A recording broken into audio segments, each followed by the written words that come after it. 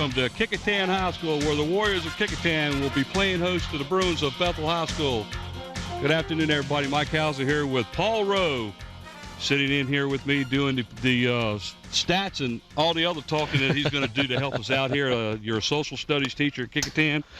You also work the play-by-play at Darling Stadium, too, for the Warriors. Isn't that correct? That's correct. I've been doing that for several years now, and I also do the play-by-play here at Kecoughtan for the baseball team. Cool. Now you get to do it on TV with me. That's great. Yeah.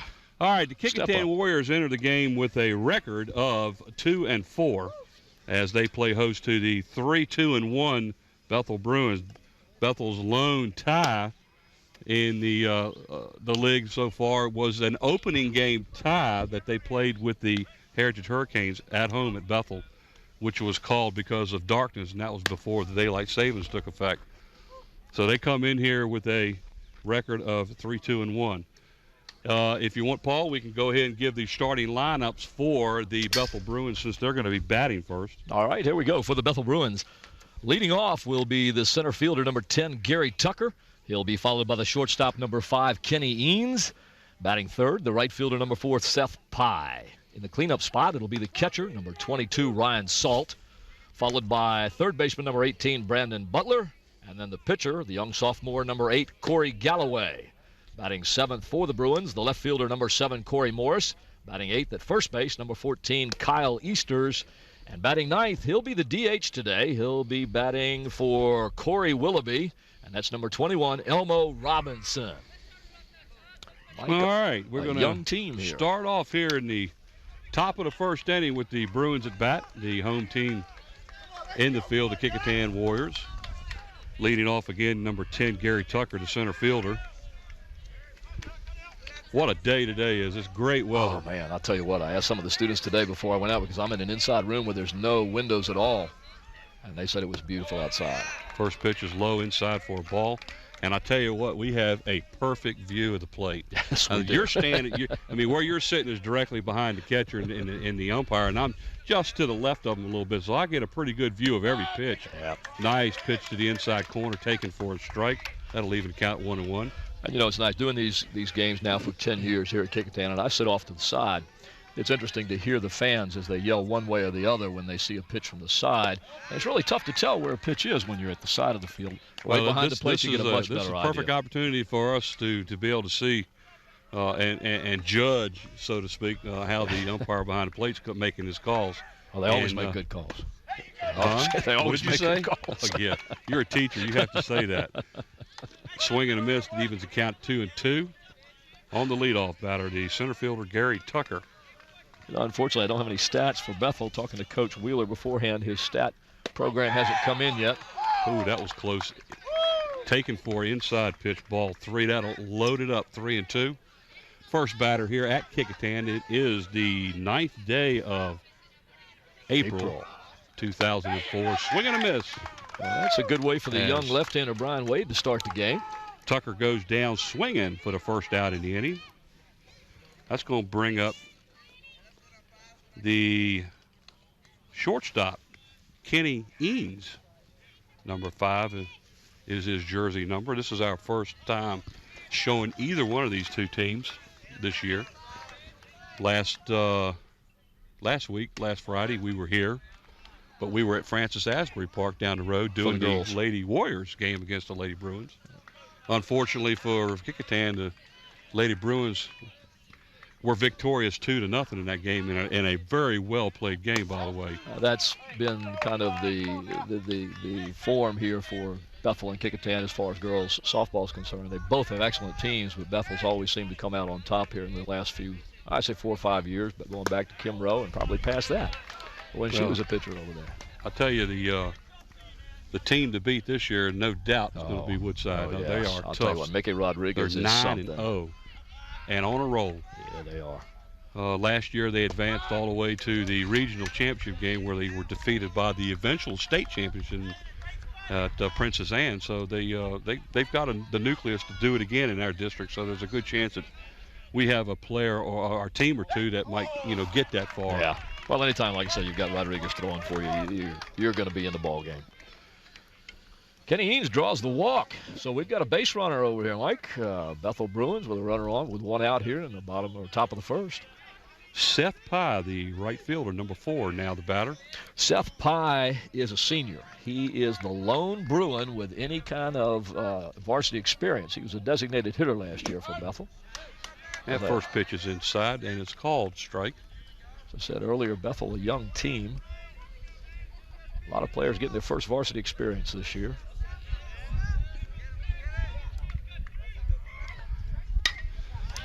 Foul back behind us, out of play. 0-2 is the count now. Seth Pye, senior right-hander, playing right field for the Bethel Bruins. 0-2 is the count. One down here in the top of the first inning, no score, with a runner at first base.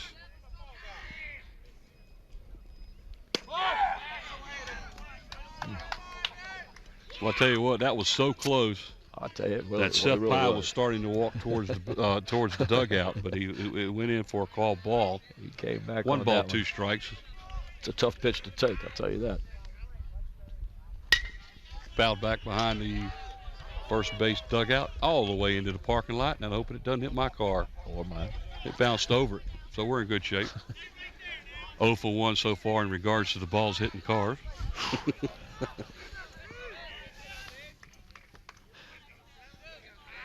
One ball, 2 strikes.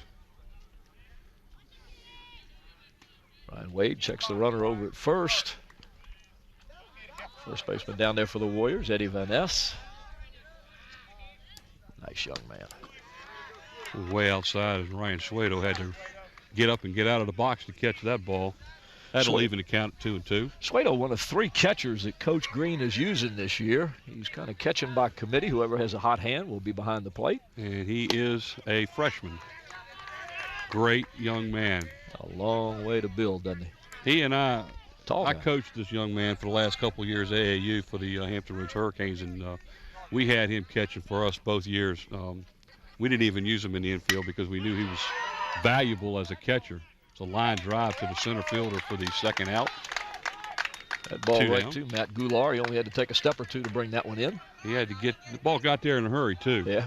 2 down now. That's going to bring up Ryan Salt. He is the catcher for the Bruins. And batting cleanup, so we know he can hit.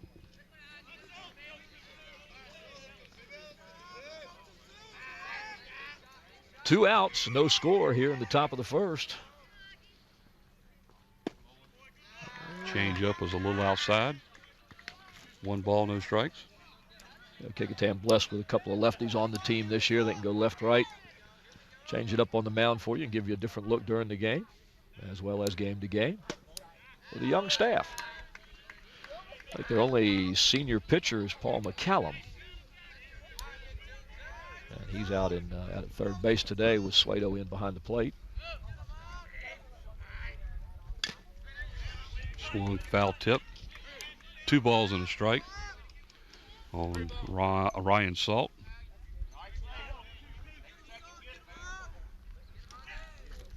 You think maybe the spring may have come? I'm hoping. I tell you, spring break starts for the Hampton school system today, and I am hoping that we have some good weather, but from what I heard, we're in for some rain starting tomorrow. Yep. And unfortunately, from what I understand, it might go all the way through Tuesday or Wednesday next week. Just our luck. That'll moisten everything up.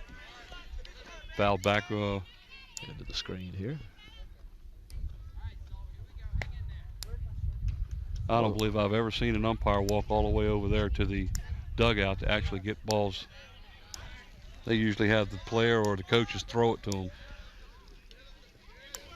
I thought that was kind of mandatory. You just umpire stay right there. 2 balls and a strike, and there goes the runner to second base. And he is in safely as he just beats the throw by Suedo.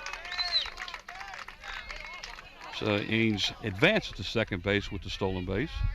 I was talking to Coach Wheeler before the game, and one of the things he said about this young team was that they had a lot of speed. He said you're going to see us being very aggressive on the base path. We're going to have to generate runs. There's ball 4 as he takes the pitch. And here's a steal right there, and whoa! little bit closer tag. It looks close from this side of the field because of the angle. He actually missed him by a bit there. So that will put a runner on first and second. Again, there are 2 down. The next batter is the third baseman, Brandon Butler. He is number 18. We have a pinch runner over at first base now for figure out who that is. For Salt, and I cannot see 15. his number. We will get it to you as soon as we find it. I believe it's Quentin Rogers, number 15. That pitch hits the batter in the foot. So Butler is going to advance to the first base by a hit pitch. Got a hit batter there, and that's going to put Ryan Salt at second. Advance Kenny Haynes all the way to third base. That'll load him up with 2 down. And Corey Calloway, this is the pitcher today. Chance right here to help himself. We've got time out here on the field. Coach Green going to go out to the mound and talk to his pitcher, Brian Wade. Since we've got a slight time out here, I'll send a little bit of word here. The 2 of us are going to pick player of the games, 1 from each team. By the time the game ends tonight, each player will receive a trophy and a shirt. The trophy comes from Trophy World Incorporated, located in Hilton Village in Newport News.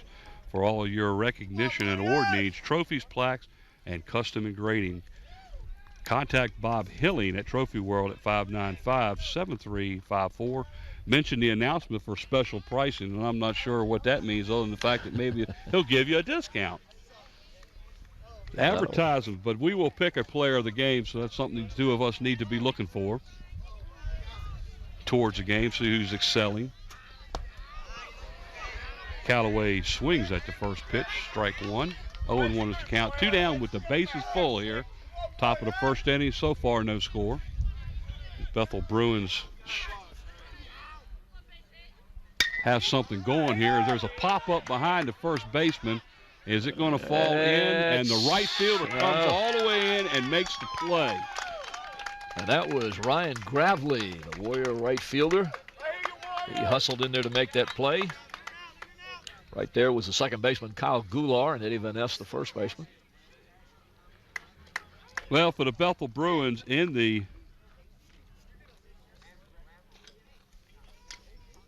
top of the first inning, they ended up leaving the bases full as there was a couple of walks and a hit batsman. There were no hits in the inning. So the Bethel Bruins leave the bases stranded in the top of the first inning and do not score. And that will bring up the Kecoughtan Warriors now in the bottom of the first inning as their leadoff hitter, Matt Goulart, the center fielder. We'll set you up with your Bethel defense here shortly. All right, here we go for the Kecoughtan Warriors. Their lineup will be like this. The center fielder, number 11, Matt Goulart, will lead it off. He'll be followed by second baseman, number 1, Kyle Goulart, and then by the first baseman, number 19, Eddie Van Ness. Batting in the cleanup spot will be the third baseman, number 5, Paul McCallum. Batting fifth will be the shortstop, number 2, Ronnie Weber. In the sixth hole will be the designated hitter, number 4, Todd Goulart. He'll be followed by the young pitcher, number 10, Brian Wade. Batting eighth for the Warriors, right fielder number 3, Ryan Gravely, that just made that fine catch to end the inning. And in the 9 hole, left fielder number 8, A.C. Wall, the left fielder. Real quickly, I'll try and set the Bethel defense for you. At first base, they've got number 14, Kyle Easters. At second, it's number 16, Corey Willoughby. At third, number 18, Brandon Butler. And at shortstop, number 5, Kenny Eames. In the outfield, we'll start in left field with number 7, Corey Morris. Center field, number 10, Gary Tucker. And the right fielder, number 4, Seth Pye. Behind the plate, the catcher for the Bethel Bruins, number 22, Ryan Salt. And on the mound, sophomore, number 8, Corey Galloway, will do the pitching, the right-hander. All right, we'll lead off the bottom of the first inning for the Kecoughtan Warriors as they come up to bat here with Matt Goulart, the center fielder. Matt Goulart, just a sophomore and a good young hitter. I've watched him play for a couple of years now. He's got a good solid stroke. First pitch to Goulart is outside for a ball. He's the kind of guy you want up there in a situation where you need a base hit.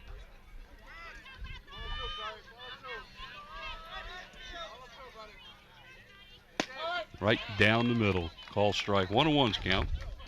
He was looking for that one. That ball was there. That ball was there.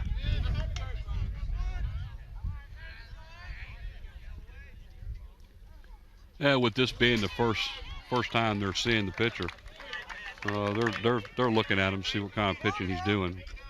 He swings at a pitch that's in the dirt on that one. So far, one he's ball, doing right two well. strikes. He's ahead in the count.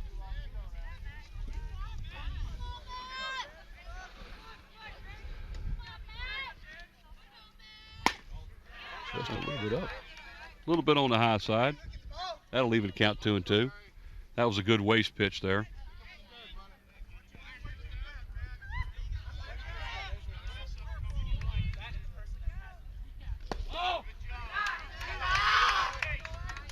Takes a pitch low and outside in the dirt.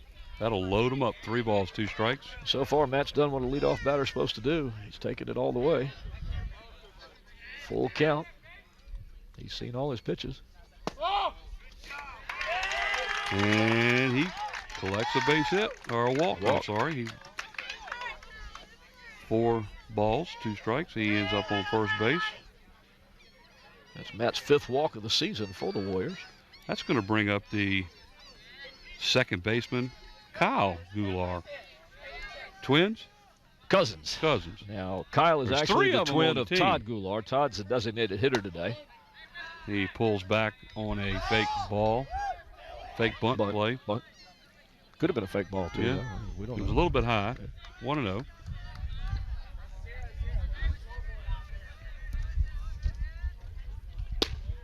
Takes that one a little outside. 2-0 is the count.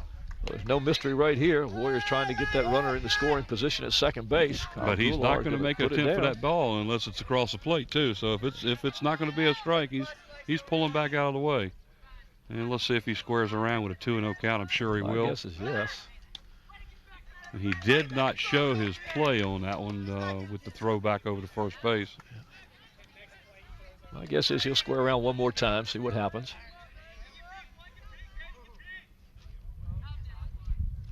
Oh, he's in the way. Fooled us all. He Yeah. swung away and fouled it back out of play. 2 balls, 1 strike. 2-0, 2-1 is a hitter's count. So Coach Green evidently taking that into account, letting his young man swing.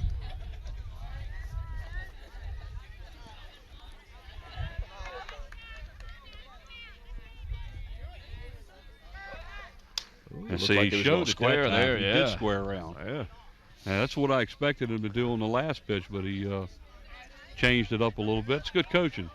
Got the Kecoughtan coach almost in short left field over here. Well, Coach Green's been out there all this year. He backs up a little ways from the batters.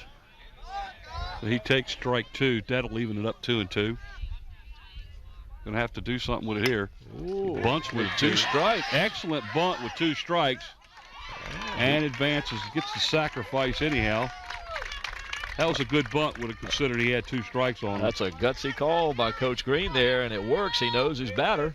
Matt Goulart advances to second base. Now watch this one. He squared around. He gets it down for you guys. He just puts it out there far enough to make the catcher come out. He eyed it all the way in. The important thing is to get the bat on the ball and get it down on the ground. When you've got 2 strikes, you put that thing foul, and it's a strikeout. Ed Van Ness now, the first baseman, is the batter for the Warriors. Curveball inside, taken for a ball. Well, they gave up the out to put the runner in scoring position, and that's good fundamental baseball. That's exactly what you want to do, especially early in the game. It's important to get that first run of the game. Every coach knows that. Every team knows that. You know, as a pitcher, you're out on the mound and you've got the lead. It makes your confidence rise up. You know that you can just throw strikes from there on out. Get the batters to ground out, pop out, get your fielders to make the play good defense. 2-0 is to count as that pitch was a little bit on the high side. Van Ness started to swing, held back. There's a line shot down the first base line that might be good for a double. As he rounds first base, and that's going to score Matt Goulart. As Van Ness walks and just strolls into second base with a 1 ball, no strike double down the first base line. Nice hard hit ball by Eddie Van Ness. He just turned on that one right down the line. It's a pretty hit for a left-hander. So Matt Galar scores the first run of the game for the Warriors. And that was as the they first take hit an of the game. early 1-0 lead. Third baseman Paul McCallum is now the batter. Swing and a miss, strike one. McCallum, a senior. He also does some pitching. Has played shortstop and left field. He kind of plays everywhere for the Warriors. Talented young man. Oh, nice that was a curveball. nice breaking pitch there. 0-2 to count. That ball just froze the batter. It did that. I love to see that kind of pitch.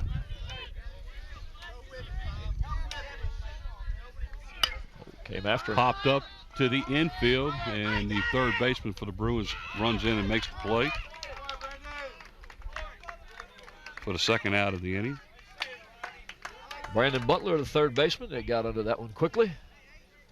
Ronnie Weber, the shortstop for the Bruins, now will be batting, or for the Warriors. Weber just a sophomore. They're counting on him in the years to come. A lot of young kids in the district this year. They really are. Especially in with the Hampton schools. Hampton has a very young team that doesn't have but a couple of seniors. Bethel only has, one or two seniors that play, and the Warriors are that way too. Like I said, all the teams short on seniors, long on underclassmen. I'm not real sure at this point what Phoebus has. Whoa. The ball gets by the first baseman. It pops right off his glove. Here comes the runner trying to score. Home. The ball bounces over the catcher as Van Ez will come in and actually score the second run, and we're getting a dust bath now. Yep. So on the error at first base, Ronnie Weber will advance to second base on the throw home to try to get Van Es trying to score, as he does successfully.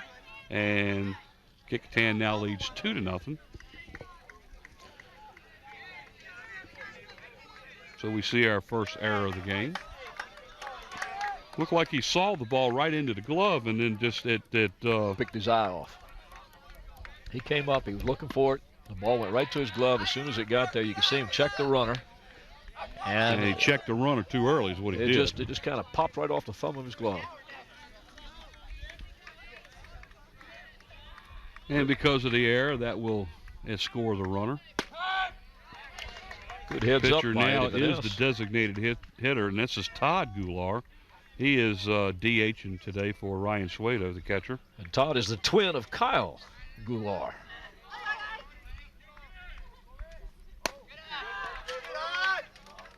Two balls and one strike is the count. Todd Goulart 4 for 8 on the season, batting .500, so you can see why he's in there as a designated hitter today. Todd's done some catching this year. He's one of that three-man platoon they've been using. High and outside, 3-1 now to count. Still 2 out. Kecoughtan has jumped out in front here, 2-0 down in the bottom of the second inning.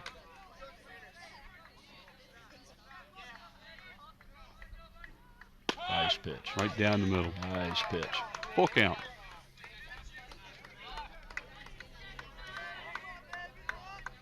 So far, the Warriors have scored 2 runs only with 1 hit. Mm-hmm. Corey Callaway hasn't pitched badly at all. Well, they'd be out of the inning right now if it wasn't for the error. Yep. But he walks Todd Goulart. That's going to put runners at first and second with 2 out, as Brett Wheeler now will call timeout and make a trip to the plate, or to the mound, to talk to his pitcher. That is the second walk of the inning. Runners on first and second with 2 out. That's going to bring up Ryan Wade, number 10, the pitcher for their Warriors. See if he can get up there and help his cause a little bit and get a base hit and knock another run in for him. I'm sure he'd like nothing more than to do that.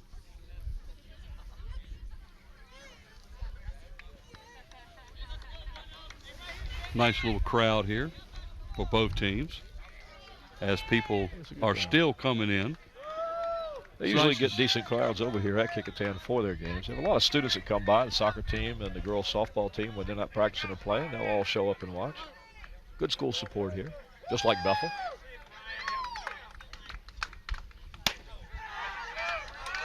You know, the location of the baseball field in regards to the overall campus here at Kecoughtan kind of lends it to the fact that a lot of the students and stuff, when they're walking home, they kind of walk right by the field. It helps a little bit in that respect.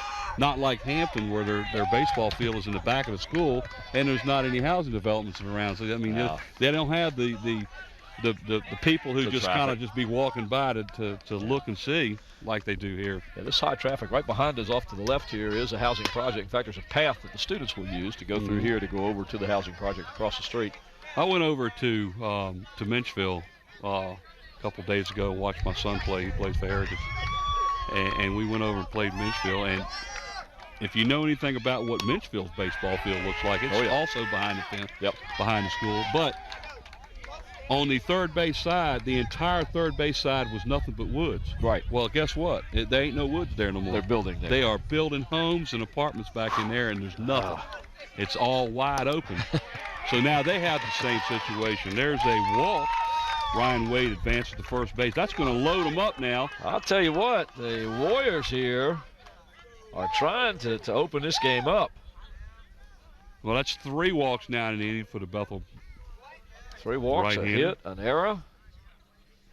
It's going to bring up the right fielder as the Warriors have a pinch runner now going in for. Let's see if we can find out who that is. Number 13. So number 13 for the Warriors is Wes Howell. Wes Howell, Jr. He will be pinch running now at first Courtesy base. runner, actually.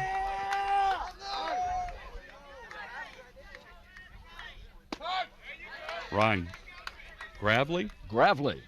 I got it right. Gravely. Now, the first time I pronounced it Gravely. And, well, if I look at it the way it's spelled, I would have said yeah. Gravely. And you corrected me earlier before we came on. There's a little bloop fly ball to center field as he coming in to make the play for the third out of the inning. That will finally end it for the Warriors here in the bottom of the first inning. As they came up with 2 runs, they leave the bases loaded all on 1 hit. Here's the drive out to center field. You can see the center fielder come in. He sets onto that one. I like to see him catch with 2 hands rather than 1. I know that's a style today, catch with 1 hand, but I still like it with 2. So the Kecoughtan Warriors scored 2 runs on 1 hit. There was 1 Bethel error, and they left the bases loaded. So after 1 complete inning of play, the Warriors 2 and the Bethel Bruins 0. Bethel kind of dodging the bullet on that one. It could have been a lot worse than it was. Corey Galloway pitched well enough to get that last batter to fly out. So we'll see what Bethel can do now. A lot of times you can tell how a team's going to go when you get down like that real quick. If you can come back, put some runners on. Even if you don't score, if you get the runners on and you begin to feel like you can get to this pitcher or get to the team, then you can eventually score some. Bethel Bruins will lead off their left fielder, number 7, Corey Morris. He will be the leadoff batter here in the top of the second inning.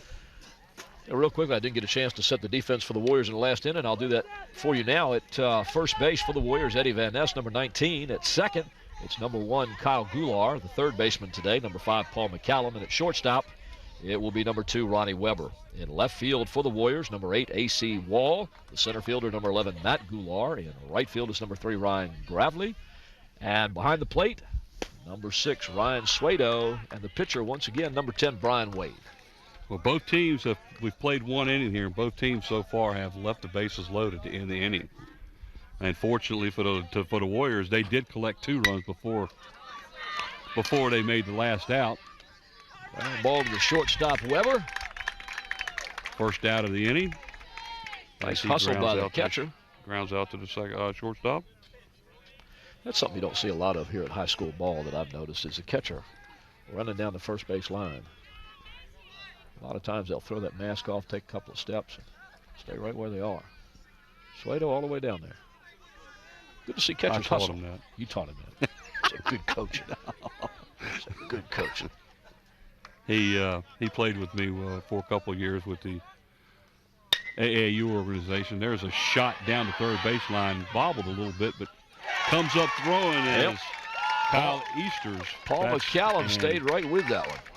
Second out of the inning for the Bruins as he grounds out to the third baseman. McCallum with the experience there. He's a senior. He knows that all he's got to do at third base is knock that ball down. He's still going to have time to make the play. You got to know your runners and know your field, and he obviously did. Elmo Robinson, the designated hitter, who is batting for the second baseman. Corey Willoughby now is batting with 2 outs here in the bottom of the second inning for the Bruins. First pitch is a ball. Hey, that's 2 fast outs. I mean, that'll help a pitcher anytime. Pitch the ball about 4 times. How many pitches 2 outs. did he throw in those 2 batters? He had 2 pitches, 3 pitches to the last batter, and that one almost hits him. If he hadn't moved, it would have nailed him right in the shoulder. 2-0 is the count. And that was a little low inside. 3-0 is the count. It had to be low. That was coming right across the corner of the plate there. Boy, isn't that a perfect view we've got for a call like that? Yes, it is.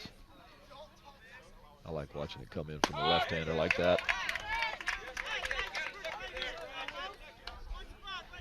3-1 is the count.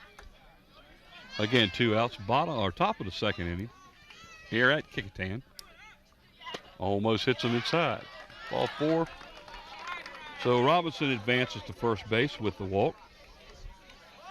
With 2 down again. Now the leadoff batter, number 10, the center fielder Gary Tucker, who made the last out for the Bruins in the bottom of the first inning on a little looping fly ball to center field. Throw over trying to catch Robinson off of the bag a little bit, but he's back easily. Something tells me he's not going to be going anywhere here with 2 outs, but with Brett Wheeler, you never know. Well, Brett likes to run a lot, and this is why this young man is batting right now, because of his speed, athletic ability to be able to run. Pitch is outside. 1-0 is the count. Tell you what, all of our equipment here is going to just be dirty when this game's over with. Kind of like us. Got the call on that one. 1-1 is the count. Thought it might have been a little bit high, but Mr. Galt behind the plate there calls a strike. The dust and the dirt of the ball field. And that was right down the middle of the plate. That was a real good pitch. 1 ball, 2 strikes.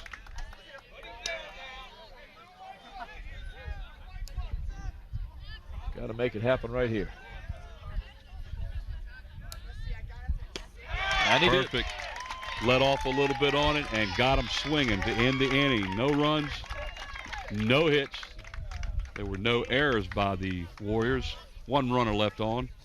So after an inning and a half, the Warriors still lead 2-0 over the Bethel Bruins, as the Warriors will be coming up here in the bottom of the second inning. And, you know, I might be wrong here. Never. Mike, but, oh, yeah, that happens every now and then. But if I'm not mistaken, this may be one of the first times that the Warriors have had a lead this early in the game. Well, that's encouraging. Yes, it is. That's one of the things that Coach Green talked about earlier in the year with me. He just needs to get his team to get out front. They've had a bad luck of getting behind in the first inning and then having to fight back. And that's made it real tough, especially for the young team. Yeah, while we got the time, we can let you know who our crew is here today. Again, Mike Hauser along with Paul Rowe, social studies teacher here at Kecoughtan High School. Oh, actually, Jones Magnet Middle School. Oh, well, I thought you were at Kecoughtan. Oh, no. Went to Kecoughtan, but that was many, many years ago. Oh. Andy Foley, our graphic guru. He's the young man who puts all the graphics on the screen for us. He is working in the truck. Andre Mattingly, he's also in the truck. He is our instant replay, Mr. Slow-Mo. Don Strauss, our engineer, he's the man that sets it all up and makes sure that all the equipment is working properly. And it looks like they may have a change here. I'll let you take care of getting that. After Don Strauss, we have Mike Nowinski. He is the cameraman down at third base, along with in center field, Nathaniel Braxton and Susan Bowers down at first base on top of the trucks as our camera people.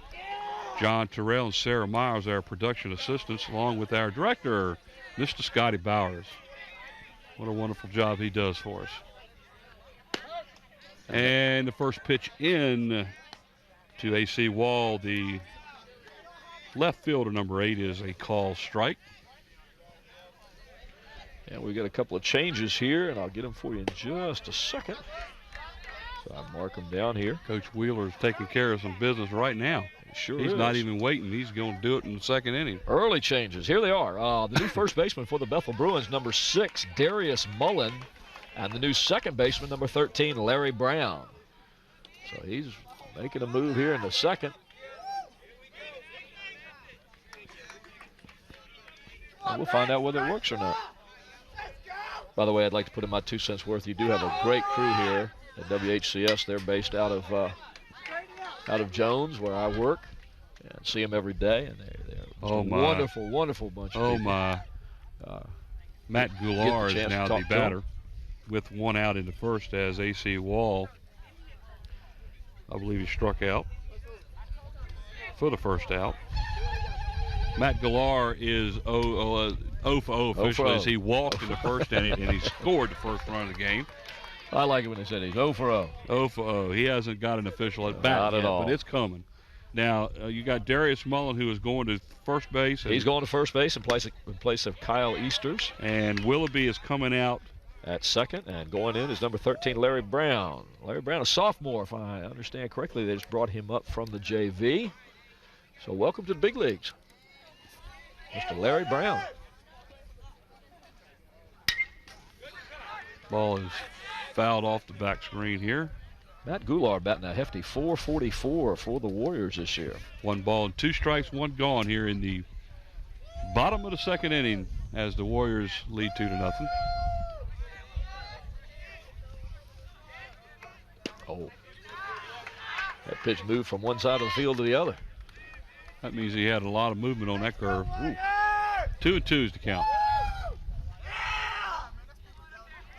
We got a couple of young men behind us that, since we're doing this game on TV, they're making a bunch of noises. He gets a call strike for the second out of the inning, and our catcher for the Bethel Bruins, he kind of went down. Ryan Salt kind of fell down when he was making his throw to third base to throw the ball around.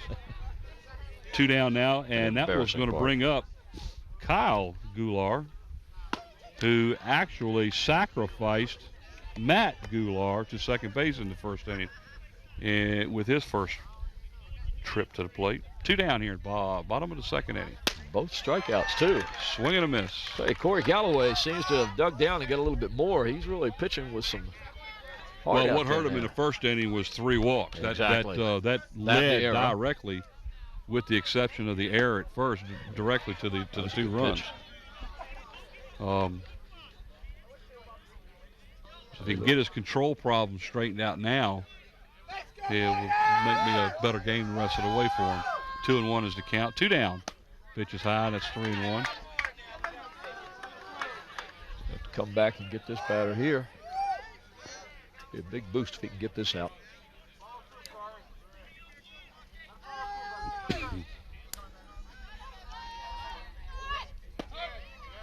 Oh, yeah. Kyle was ready to go down to first on that one. That pitch was there. Taking it all the way. It was outside corner. Outside corner. And it was the pitch that had to be there because he was looking for it, full count. Now he doesn't have a choice. He's got to go. Got him with the high heat. As the Bethel Bruins get out of that inning with 3 straight strikeouts. Yes, sir. In the second inning of play, the Kecoughtan Warriors, no runs, no hits, no errors, nobody left on base, as the side was retired with all 3 batters striking out. Yeah, nobody to get on base to be left, huh? No. And that breaks the trend. I mean, both teams left the bases loaded in the first inning. So we will go to the top of the third inning.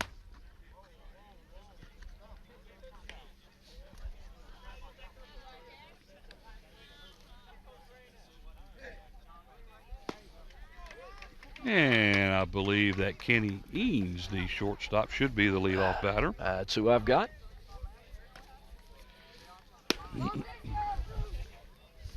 Kenny Eanes, followed by Seth Pye, and then Ryan Salt, the catcher. I believe Eanes and Salt got on base in the first inning for the Bruins. I know Salt walked. I don't remember what happened to Eanes. He got a base. He walked in the first too. inning. Okay, yeah. He was the Bethel first runner of the game. Stole second base and advanced to third base when Ryan Butler was hit by a pitch that loaded the bases. Brandon Butler. Brandon Butler, sorry. That's all right. Spit it out right.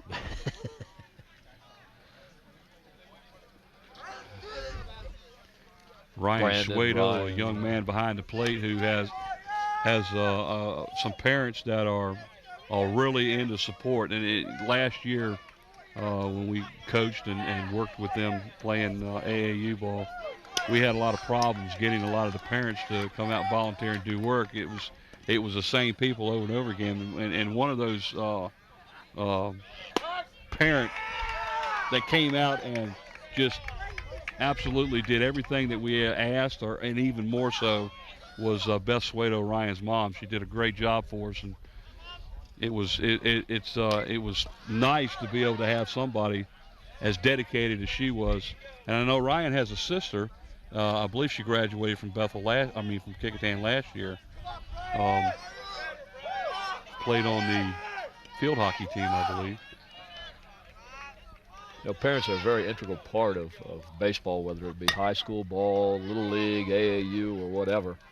Without their support, it's kind of tough. And I know in AAU, little league, and the other organizations, you've got to have the parents in order to keep things going. Eanes grounds out to the second baseman for the first out of the inning. That's going to bring up Seth Pye, the right fielder. In the first inning, Seth lined out to the center fielder in a shot that the center fielder for the Kecoughtan Warriors had to take about 2 steps in and made the play. Catch. First pitch is a little low for a ball. 1-0 to count.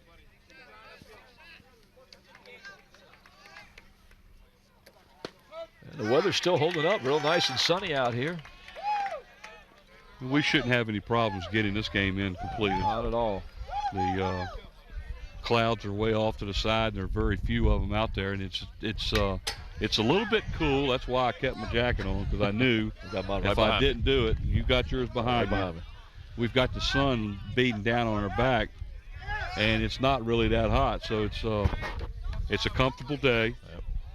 It's probably in the low 60s at this point, and that's almost good enough to play baseball in. Oh, it is. And when you get down into the 30s, it gets to be a little miserable. Pop up down the first base line as the first baseman makes the play pretty easy for the second out of the inning. Ryan Salt now the catcher for the Bruins, up to bat, number 22. He had a base on balls in the first inning. Ended up at second base in that bases loaded situation before Corey Calloway flew out to right field. Pop back here behind us. Out of play, 0-1.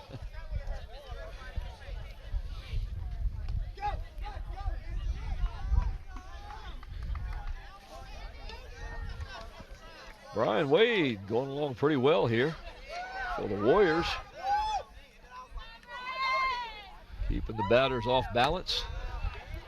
That one almost got away from him as Ryan Schwado had to come up. And Ryan's about 6 foot tall, so he's a pretty good sized catcher. And he had to come all the way up out of his stance to get that one. 1-1 is the count. Low inside, 2-1. I can't remember his name.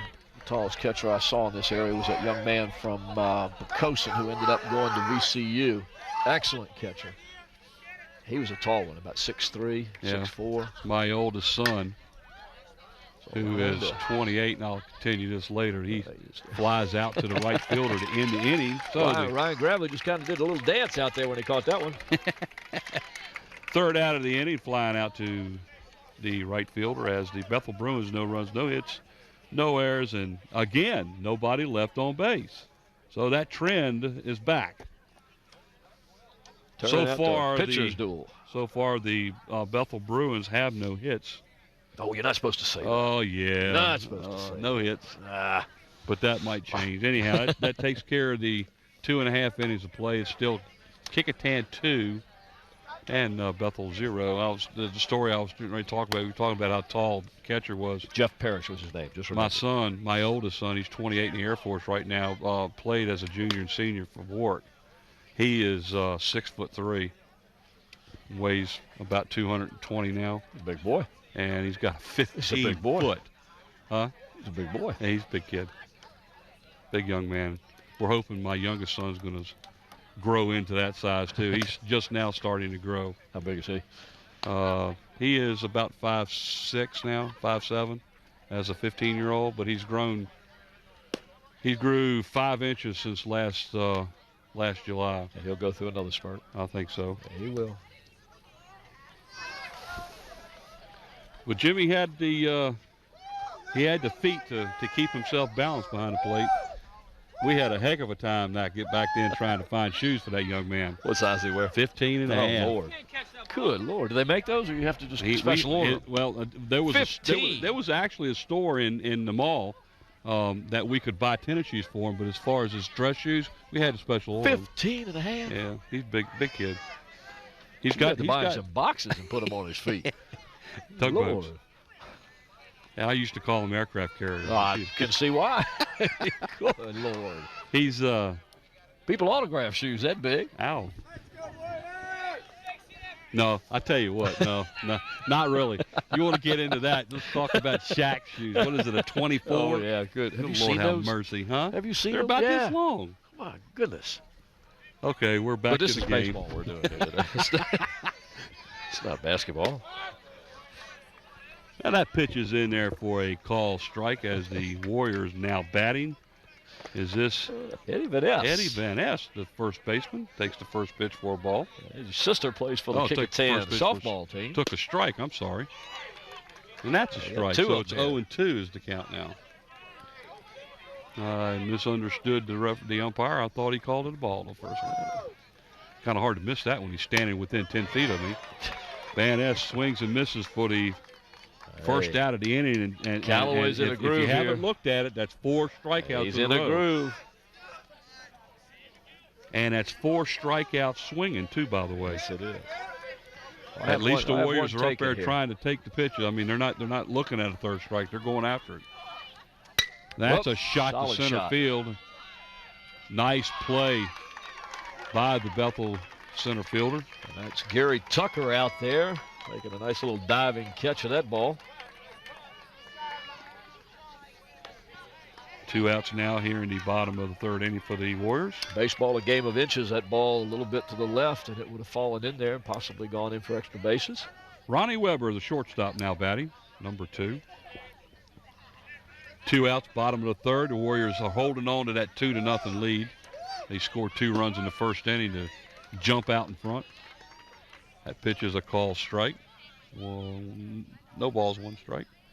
As our graphic engineer, Mr. Andy Foley, puts it up there for everybody to see. Andy Foley. That's a call strike. 0-2. Ronnie Weber, if I'm not mistaken, now I might be wrong on this again, but his grandfather played for the old Fox Hill Telecasters, fast pitch softball down at Fox Hill, and was one great player. Played on some teams down there where they won the world championship for many, many years. The Bankers, and they changed names. They changed names a lot of times, but they were always the same. Fox Hill team. Fox Hill team out of Francis Asbury Park on Fox Hill Road. Ronnie Weber, behind Adderholt, Francis Asbury Elementary School. Bud Porter, the catcher of some of those teams. There is a well-known. There's a little skip back to the pitcher as that ends his strikeout drought. Almost threw that one away. But he gets the out for the 3rd out of the inning as the batter Weber will ground out to the pitcher. That goes 1-3 if you're recording it. Takes the ball, sets his feet, throws it over, but watch how that thing starts to sail on him there. Good job keeping his feet on the bag. Yeah. Darius Mullen, and he gets the 3rd out of the inning too. That'll end the 3rd inning of play, and after 3 innings of play, the Kecoughtan Warriors lead the Bethel Bruins by a score of 2-0. We were talking about the old Fox Hill teams that used to be right down the road from where we're at now. Yep. There's a pretty well-known young gentleman who referees for the NBA right now that played a few years down there. Jess Kersey. Jess Kersey. Yes, sir. Jesse's second baseman down there. Great young man. I believe. Great second young base man. and shortstop. Seems to me, if I recall, he played shortstop. I used to go down there. He was a shortstop. I used to go down there a lot as a kid and watch him play, and really enjoyed doing that. I played 2 years for a team called the Hampton Merchants, which we had our own games there. We actually played in a different league than the Bankers did, and that's who they were called at that time. That was in 1980. Ooh. So that's been. Well, I'll go back further than that. I sold peanuts for Charlie Lewis, who ran the concession stand down there back in the 60s, and then for Beanie Barnes when he ran it. I can remember going down there and watching some of the old games. You used to see the king in his court come in. Oh, yeah. Oh, and it was just watching that man throw the ball from second base and strike the players out. It's unreal. You don't see that kind of stuff anymore. No, I don't believe there's any fast pitch men's leagues anymore. I know that obviously they have the girls. Right. I think that's something that's gone to the side of the road now. Brandon Butler is leading off now for the Bethel Bruins here in the top of the 4th inning. 2 balls and 1 strike is the count. Brandon Butler, a junior. He got on first base in the 1st inning when he was hitting the foot with the pitch. He's a big boy. Had to get out of the way of that pitch, too. That was a little inside. 3-1. Ryan Wade on the mound for the Warriors.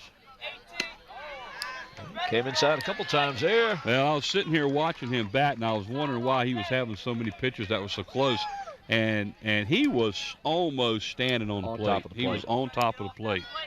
He's going to draw some balls that are going to hit him if he does like that. So Butler advances to first base by the walk. In the Peninsula District, facing a left-hander, any right-hander facing a right-hander, they have a tendency usually to pitch outside. It's very rare.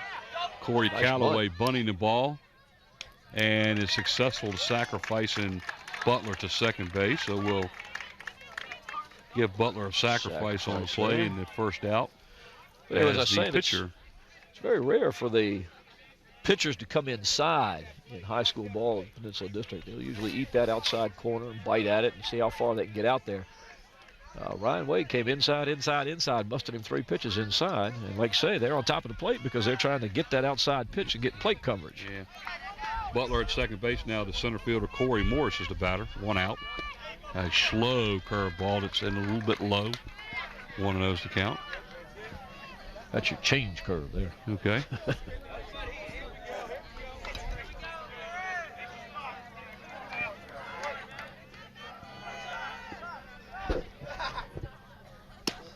A little high and outside. 2-0 to count.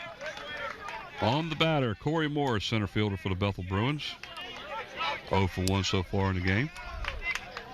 Grounded out to the shortstop for the first out of the 2nd inning. The pitch is right down the middle. That's 2 balls and 1 strike.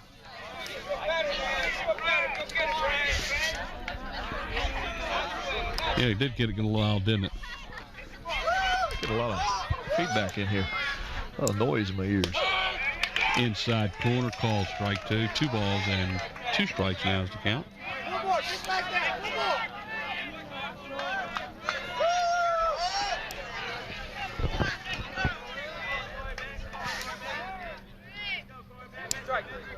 That one's in the dirt. Ooh, and there goes Brandon Butler to third base, advancing on a wild pitch. Well, Bruins got a runner in scoring position now with 1 out. We'll see what Corey Morris can do.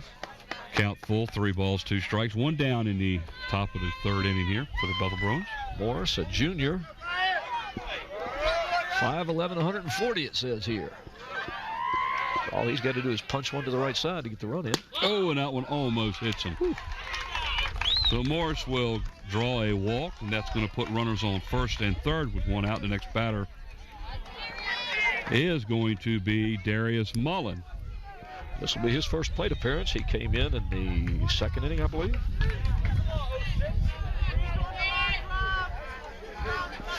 He was slated to be starting in this game, and at the last minute, He was taken out and Easters was put in. Don't know the reason for it, but he's now in the game, and Darius can hit the ball. I have coached him a little bit in the past, and the young man has got a lot of strength. If you look at the size of the calf muscles, you know that he can run too. Yep. There's a pitch down the middle as he pops it to left field, and the shortstop going back. Nice play by the shortstop. Ball over his head, and he reaches around to make the grab. Ronnie Weber really hustled out there. It looked like the left fielder lost that ball. Here you can see it going down there, and all of a sudden he calls for it. Makes a stab at it and gets it. Looks like the left fielder just couldn't get to that ball at all. It was short. That would have been the shortstop's play. Yep. So he had to make the play, and he went out there and made it. He sure did. First and third again here, and then the batter is Elmo Robinson, the DH. He is DHing for the second baseman, Larry Brown. I'm going to guess you mentioned a few minutes ago that Mullen scheduled to start. I noticed he's a left-handed batter. We got a left-handed pitcher. My guess is that Brett wanted to go with the right-left situation there to see what would happen, and I guess he decided better of that. And went right back to his first thought of putting Mullen in there. What's the old saying? Don't second-guess yourself. Go with your first intuition. That's why he gets paid the big bucks. That's right. They get paid big bucks. Well, maybe we're in the wrong business. I was going to say they're getting paid more than we are. Swing and a miss. That'll even count 1-1. 2 down here in the top of the third inning. Now runners at the corner. Corey Morris at first. Brandon Butler at third. Bruins threatening to score here. One base hit will do it for him. Pitch is high. Taken. 2 balls, 1 strike. The Bruins are threatening again here now in the top of the third inning. They threatened in the first inning to get right off the get-go, but left the bases loaded. Swing and a miss as he actually had to go after that ball. That was a little high and outside. I thought the runner at first base, Corey Morris, faked like he was going to take off and held back. I thought he was going to go. 2-2 now to count. 2 down. Pitch is right down the middle for a called strike as he watched it go through. That ball, as they say, came right down Broadway. That goes down in the book as a backwards K. Players hate that. Well, that tells the coach why he struck out, you know. That's the reason why that K goes in there backwards, because the coaches can look at the book and say, how did you strike out? Did you at least make an attempt for it? And that backwards K tells the coaches that all that player can do is hang his head stand there and look at a third strike go right down the middle of the plate. And I'll guarantee you, as a coach, a batter that stands there and watches a third strike go across the plate, especially if it's a fastball, will not take any excuses for that. Now, if there's a changeup or a curveball involved with that and it kind of just throws the batter off, you know, you can give a little bit of leeway there. But when the batter sits there and looks at a third strike go across the plate, and that will probably irritate a manager more than anything else on the field. I've seen him make it more than irritate. I've seen some of these managers go ballistic. Well, for the Bethel Bruins, they left runners on first and third that inning. So they have left 6 runners on base. They have not had a hit yet. And there you go again. And they have not taken advantage. Well, shucks, man. No runs, no hits. There were no errors by the Kecoughtan Warriors, but a couple of walks put 2 runners on, and they were left there. Here we go in the bottom of the third inning with the leadoff batter. Ball's out Todd of play. Goulart, the designated hitter who is batting for Ryan Schwado, fouls the ball off down the first baseline.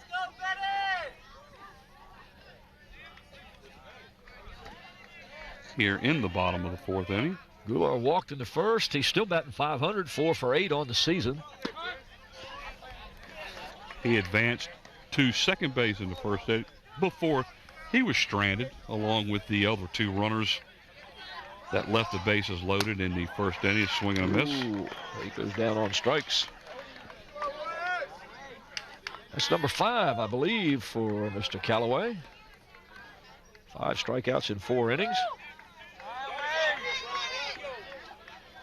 That's going to bring up the Warrior pitcher, Ryan Wade, number 1. number 10.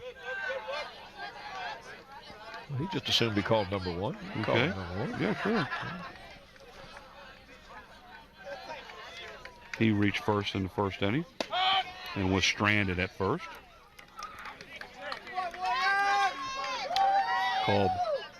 Last pitch was called a strike. 1-1 is the count. Brian Wade, a junior here at Kecoughtan High School. Swings at a pitch that was about 2 feet outside. 1 ball and 2 strikes is the count.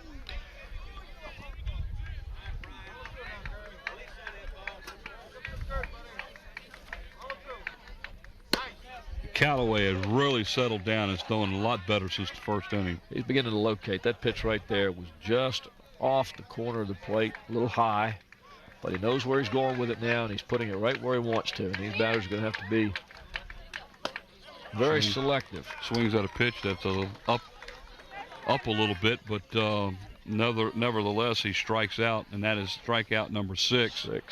He had 3 strikeouts in a row in the second. He had 1 strikeout last inning, and so far, with 2 outs, he's struck the side out in this inning. There's a pitch. He's just moving along here. I'll tell you what, he's not taking any time either. He's setting himself on the mound. He knows what he wants to do. Like you said, his confidence is building. Ryan Gravely now the batter, the right fielder, number 3. There's a line shot that gets away from the first baseman. It took a major. It did. That thing took a bounce. If you look down the first base line, especially from where we're sitting at, about 2 feet this side of the edge of the dirt, the grass goes uphill, and that's exactly where the ball hit. Yep. The ball hit that edge and bounced straight up, and it kind of tied Mullins up over there at first. So that's one of those. It's hard to call that one an error. Well, guess what? I'm gonna give the young man a hit. That ball was. You can't fault the first baseman on that. He had himself right there in position, and the ball just hit the seam. And boom. AC Wall now batting, the left fielder, number 8, who struck out swinging in the second inning for the first out of that inning. 2 down here in the bottom of the 4th inning. Little change up that in the dirt. Nice play by the Bruin Bounced catcher. Around there. Ryan Salt kept that one in tow.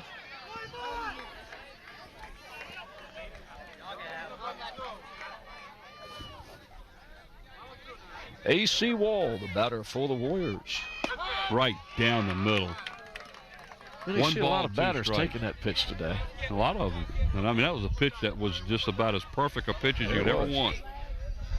Like I said, sitting right here, you're able to see that pitch as it's coming in, and you're thinking, there's another one right there. The catcher sets there. up on the outside corner, and Callaway hits his glove and call 3rd strike. That goes down, guess what? Backwards. Has a backwards K for the 3rd out of the inning. So we've completed 4 innings here as the Warriors still have that 2-0 lead over the Bethel Bruins. We got a tight game here, Mike. Now, the 2 runs that were given up by 2-0. walks and errors in the first inning, and we've had a lot of runners that have been stranded, but not a lot of hits in the game so far. Not at all. The leadoff batter for the Bethel Bruins, Gary Tucker, will be leading off the top of the 5th inning. He'll be followed by Kenny Eanes and Seth Pye. A couple of things we want to put out to you is the Math Zone is back on Channel 46. Good old Math Zone. Absolutely. Check out the new feature, Teachers on the Run. That's what it's called. Does that mean they're running? Hey, we all left the building today in a hurry, I can tell you that. Yeah, that spring break has hit us here. Yes, it has. And students can call in and get help with their math homework or solve the problem of the day Tuesdays and Thursdays live at 5 p.m. on WHCS Channel 46. I like that. Teachers on the run. Teachers on the run. I tell you, from what I understand, they get a lot of phone calls. They do. That's good. That means there's a lot of people out there that watch it and participate in it. Whether they want to get answers on the some specific problems that they're having in math, and they can hit the teachers there can help them out a little bit. And I think that's a lot of it. The kids know that they can call and they get help on their homework, and that's an easy way to get it done from someone who knows what they're doing. Gary Tucker, the leadoff batter for the Bruins, and he struck out in the first inning. He's the leadoff batter for the Bethel Bruins. He made the 3rd out in the second inning, and guess what? I forgot to write it in the book, so I'm not sure what he did. He struck out. And he struck. It's 0 for 2 with 2 Ks. And he is 1-1 now is the count. Top of the 5th inning, 2-0 Kecoughtan. Kecoughtan comes in here with a record of 2-4. Bethel Bruins 3-2-1 is their record, as their one tie again was the opening game of the season against the Heritage Hurricanes, where the game was called due to darkness. Fouled back here behind us, out of play. Oh man, that one almost hit that young man. And all the schools at Hampton, none of them have lights at any of the fields. From what I understand, all the schools in Newport News have the lights. So the night games that it was funny a few years back. It wasn't too many years ago that one almost hits him. Yeah. It wasn't too many years ago that the old saying was that the city of Newport News had lights, but the city of Hampton had grass. Yeah, that's true. And all the fields in Newport News at one time were all dirt. Now they all have grass, and we would like to see some of these fields in Hampton get some lights, but you know how the budget is. Tucker advances to first base as he draws a walk. It's one of the tightest budgets you'll ever see. That's going to bring up Kenny Eves, the shortstop. He walked in the first inning, stole second, and ended up at third base before they ended the inning. There's a bunt. Another great bunt. That's a great bunt. And I'm not sure, but he got him. Got him. That was close. Eddie Vaness made a nice stretch down there, Mike. That's going to go as a sacrifice because Tucker will Watch the replay on this. Here he's down the field. Watch how close this is. Just did nip him. You can see Vaness stretching out there. I'll tell you what. You bring Vaness back another half a foot, and that runner's safe. Because he's not going to get that ball in time. That was good hustling on the runner's part, and an excellent play. Well, Tucker advances over to second base now with one out. Seth Pye, the batter, center fielder. He fouls this one back behind us, out of play. Bethel's trying to get something going here in the top of the 5th inning. They're starting to run out of outs. One out left there's one out here in the top of the 5th inning. Pitch is high. 1-1 is the count.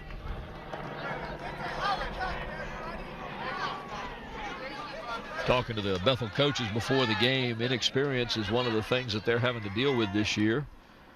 And confidence. We got a chance to get this runner here. Strong throw.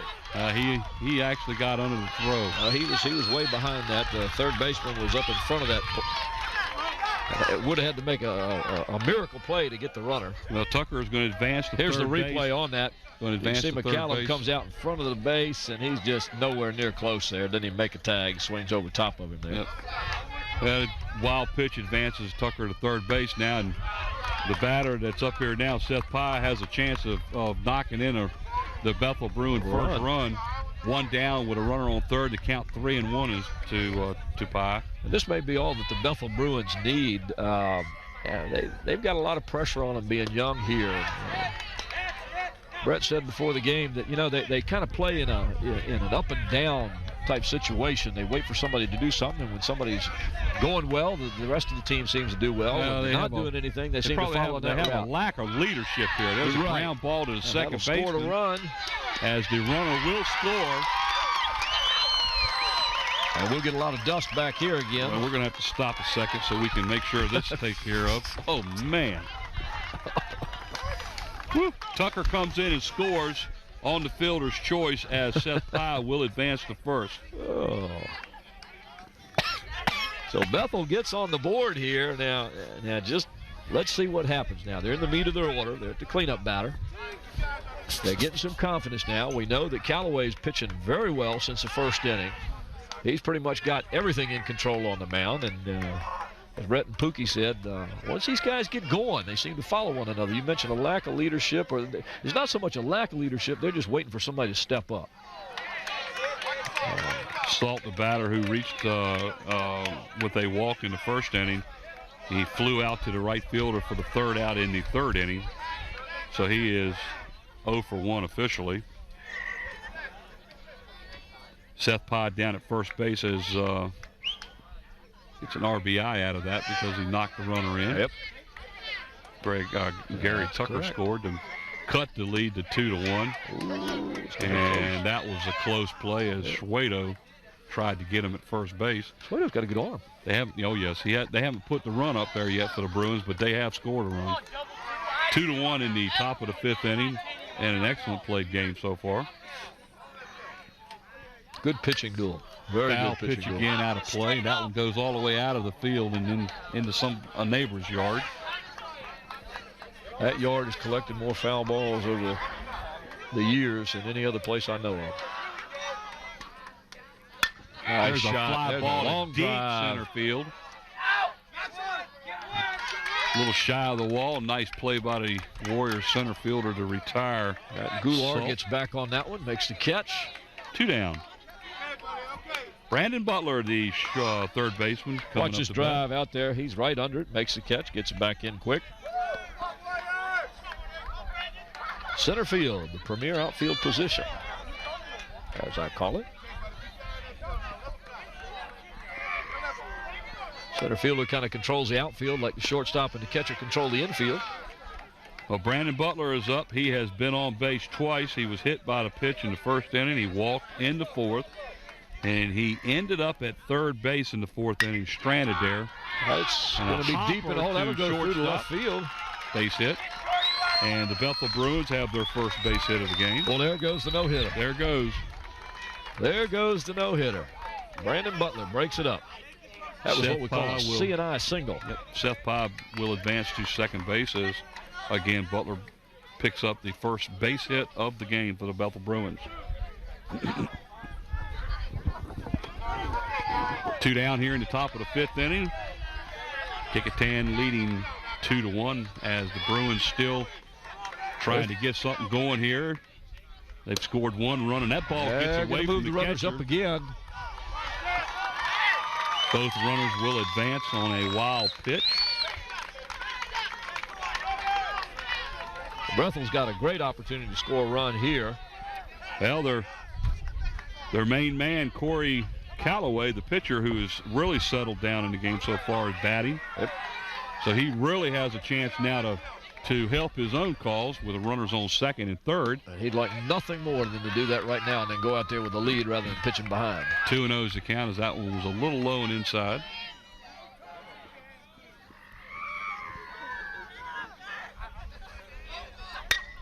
Right back up the middle. Right up the middle for a base hit. That's going to score 2. The throw coming in. They have a play. Got him. Got him.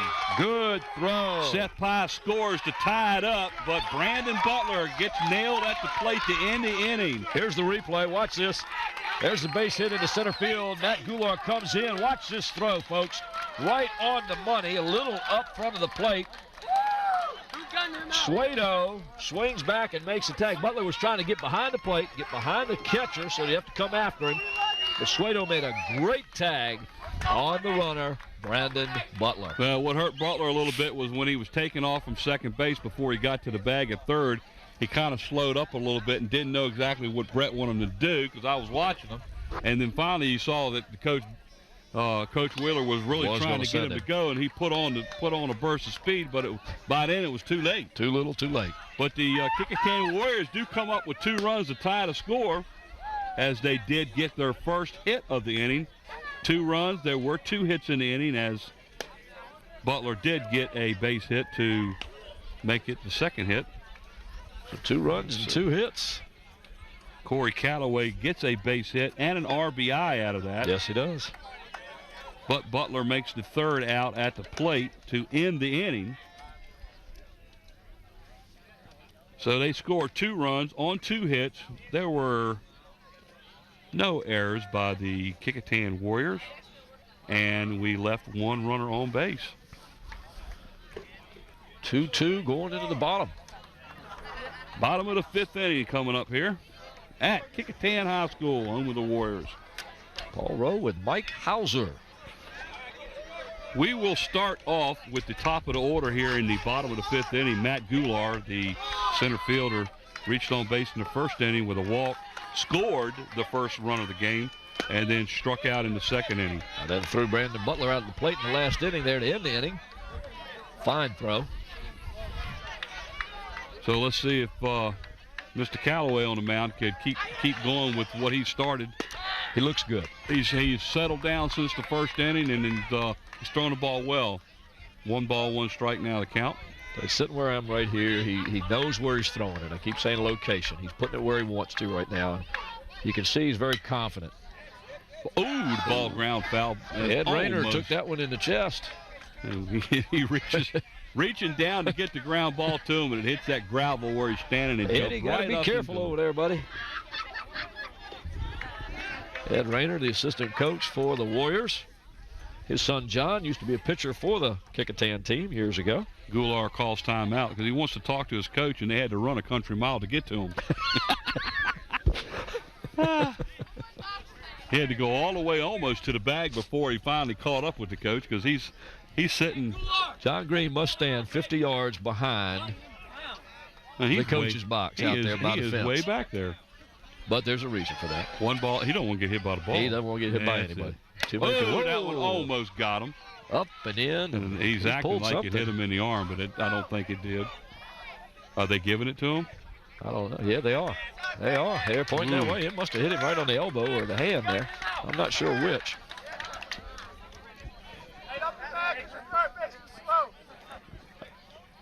Is it good acting, or did he get hit? You're laughing. Let's take a look at this again and see. Here comes the pitch. I hate to tell you this, folks, but that ball. I didn't see it change direction. Somebody with better eyes called that one than me. But we're sitting 15 feet right directly behind it. And we can't hit with these big things on the head. We can't hear either. It might have hit the bone. He gets credited with a hit batsman, and he's at first base.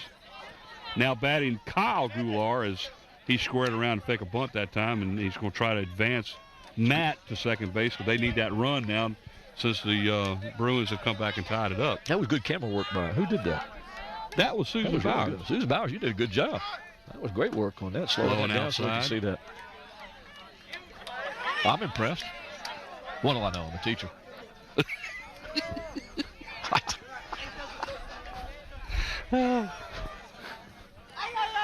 I'm not touching it. I'm not going to touch that. Oh, shoot. 2-0 to count. What do you do for a living, Mike, other than call these games here for the base? Oh. I work in the construction industry. I do a lot of bidding and estimating for jobs. Well, sometimes I feel like I'm estimating too. Nice bunt here. He did his job. He advanced Matt Goulart over to second base as Kyle gets the sacrifice. First out of the inning as the pitcher to first baseman makes the play. He puts his cousin Matt down there at second. 1-3 goes the markings in the book if you're keeping score with us here. Ed Van Ness, the first baseman, now batting. This, and they're going to put him on, and I can see why. Eddie's got a good stroke. He's a good hitter, but I know him personally. He's just a fine young man. He's extremely polite. He's very talented, very, very academically strong. Oh, that was a fundamental play that was made by Coach Wheeler to to make it so they can get an out at any. You keep the double play. You keep the force. You keep the double play. And you do face the cleanup batter, which can Ronnie be Weber. Or Paul McCallum. I'm sorry, Paul McCallum. That's all right. I was one too far. Paul McCallum, he popped out to the third baseman in the first inning. He flew out to the center fielder in the third inning, so he is 0 for 2 so far. Put the ball in play both times. First pitch is a ball, and so is the second. 2-0 is the count. Runners on first and second. Van Ness at first. There's still a lot of coaches in the district that don't play the percentages like Brett will do. They'll go ahead and face the batter and see what they can do with him. He's taking the opportunity to make sure he's got the force, got the double play. 3-0 to count against Callaway, and he's starting to struggle out there on the mound as he had gotten his control back after the first inning, but he seems to have lost it now. I'm wondering if when he hit Goulart. I'm not touching it. No. You turn around and look at me after making that statement, waiting for me to say something. Maybe it kind of threw him off a little bit there.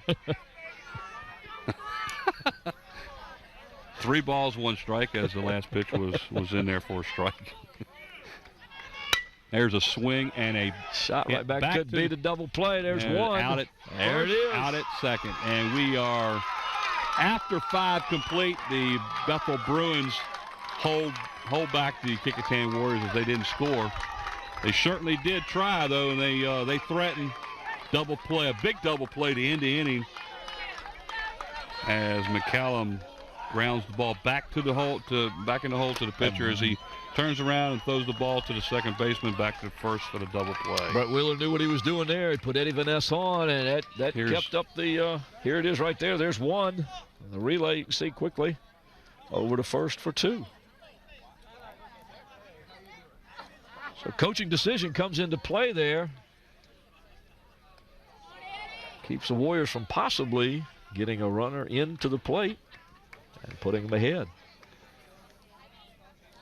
Brett Wheeler, one of the newer coaches in the district. Brett played baseball, of course, at Kecoughtan High School and was one of the best pitchers ever to walk the halls of Kecoughtan and to pitch off the mound here. He went to Old Dominion, was Rookie of the Year for the CAA, and then went on to Arizona State where he played. Brett's been coaching now for 3 years in the district. The first 2 years with Bethel, he won the district title. Well, it was really funny. A lot of us, when we heard Brett was coming into Bethel to take over the baseball program there, we were kind of scratching our heads because we knew at that time that with Coach Denton retiring that I actually figured this is where Brett would have been coming, but he ended up being offered a job at Bethel, and he jumped on it, and he's taken it, and he's done well. He's done an excellent job. 2 district titles in 2 years. This is his 3rd year. He's young this year, so he's going to struggle as evident of the 3-2-1 record so far on the district, and everybody expected him to be in about the middle of the pack. The powerhouse obviously is Denby and Menchville. Along with Menchville, yes. And looks like the Warriors are changing pitchers now. Looked like Brian Wade was having a little problem with his arm or something there. Brett also has done something else, Mike. I don't know whether you knew this or not, but last year when when Bethel, he didn't do it, his team did, when they won the Peninsula District Tournament, it was the first time in 9 years that a Hampton school had won that tournament. Yeah, it was his first year, I believe, they went undefeated. Yes, they did. 18-0. And I believe he lost 1 game last year. We got a pitching change as Ed Van Ness is going to be moving to the mound, going over to third base Ryan Wade. So that'll take care of Wade for the day. First base. First base, I'm sorry. What did I say? Third base. But that's all right. Straight swap, as we call it. So we have a slight delay in the game now as we are. A delay in a baseball game? Absolutely. Isn't that an oxymoron? Delay is caused by pitching change.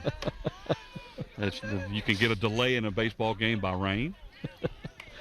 I have a lot of friends that will tell you that a baseball game is a delay. You can get a delay in a baseball game if you got somebody streaking across the field. I mean, they don't do that anymore. They don't do that anymore. Anyhow, the Bethel Bruins will start and come in here in the top of the 6th inning. First pitch by Van Ness is high outside for a ball. Corey Harris, the center fielder, now leading off for the Bruins. Corey Morris. That's an M, not a. That's an M. That is an M. There's an extra loop in it. Yeah, and I do apologize to Corey because I've been calling him. I thought you called him Corey Morris all the game, and then I just happened to look down and came up too fast. Yeah. You know how that is. Oh, I do. Pitch is high. 2-1 is the count.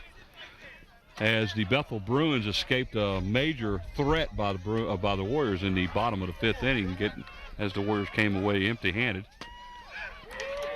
Swing and a miss. 2-2 is the count.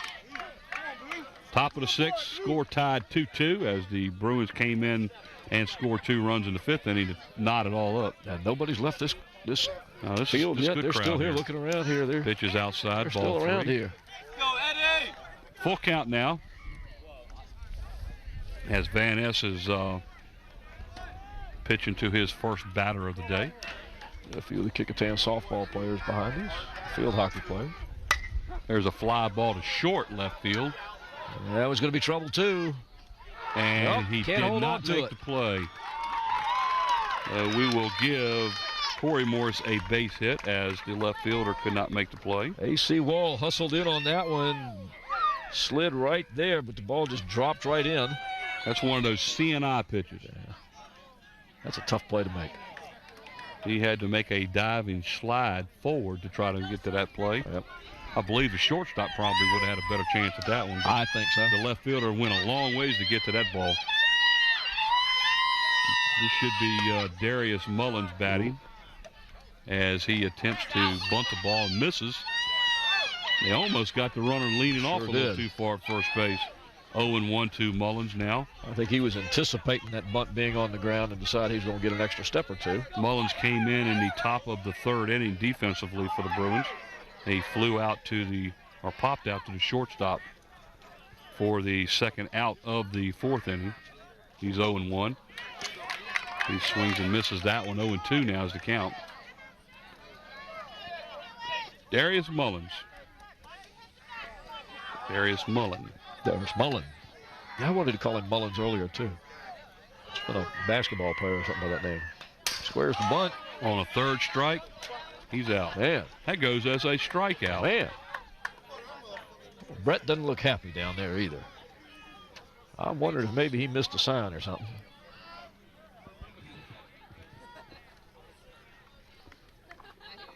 Well, Coach Wheeler is walking around over there at the third base area like he obviously didn't do what he was asked to do. Walking around with his hands on his hips. A little bit on the upset side. We'll have to find out from him later whether he called for that or... I don't think so. 0-2 count. Somebody missed a sign here. That's rare that you got a player in this caliber of ball that can actually put down a bunt on an 0-2 count and be successful. It's already happened once today, by the way. Yes, it did. That was a gutsy call, and it worked. This time it didn't.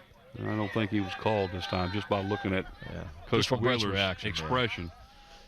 All right, the batter now is Elmo Robinson, number 21. He is the designated hitter, batting for the second baseman Larry Brown, the number 9 slot in the batting order. That's a quick pitch to first.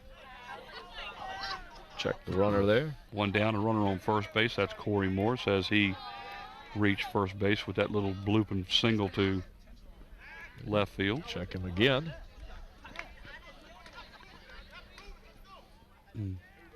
Well, I think Van Ness is making a statement here. And that is? You're not going off of that bag. He made 3 throws to the base. First one, he threw the ball. The second 2, he just lobbed to it and says, I'm stay here close, and I know buddy. you're there. Yep. Stay close. He does have a good lead for a left-handed pitcher up there. Pitch is high. 2 balls and 1 strike. Corey Morris, the left fielder, has a lot of speed. And you can look at him and see that he is getting a good lead at first base. That's a lot of lead in high school with a left-handed batter up there. A left-handed pitcher, you're exactly correct. And he said he swung at that. I was watching the runner at first. I missed that one. I'm not so sure he actually went around. I'd like to see that one again, but that's okay. 2-2 now the count. 1 out. Oh, then that was an unusual-looking swing, foul ball. I'm glad you said it. Well, I tell you, you were sitting right here. You could see it. He was getting ready to cock the bat like he was ready to let loose with the ball, and the pitch was inside, and it looked like he pulled up on the bat. He did. Like he would do if you were going to come around and bunt the ball. Yep. And he puts the ball down the third base side, out of play on a line drive. Up in the air. I mean, I wasn't sure what he was doing on there. No, that's what I call an unusual swing. Very unusual. I don't think that's his normal swing. That's a pitch outside. That'd make it full. 3-2. Again, 1 out in the top of the 6th inning. Score knotted at 2 apiece. Down at first base, Corey Morris, who reached with a base hit a little while ago. Swing and a miss, strike 3. Well, Vanessa's come back and struck out 2 batters. That's going to bring up the leadoff batter, Gary Tucker, the center fielder, number 10. Tucker struck out in the first inning, struck out in the second inning, reached by a base hit in the 5th inning, and scored the Bethel Bruin first run of the game. Base on balls will come back to haunt you, won't they? Yep. He advanced to third base from a wild pitch, too. Curve ball that, to me, looked like it was about a foot inside, but strike is called. can't miss it where we're sitting at. Not at all. Here's a throw back over to first base. This time he put a little bit of mustard behind the throw. And young man Morris is able to get back to the bag safely. 0-1 to count. Here it comes outside. Way high. outside. 1-1. He is really taking some chances down there at first base. Well, Van Ness is keeping him honest, but he's got a pretty good lead.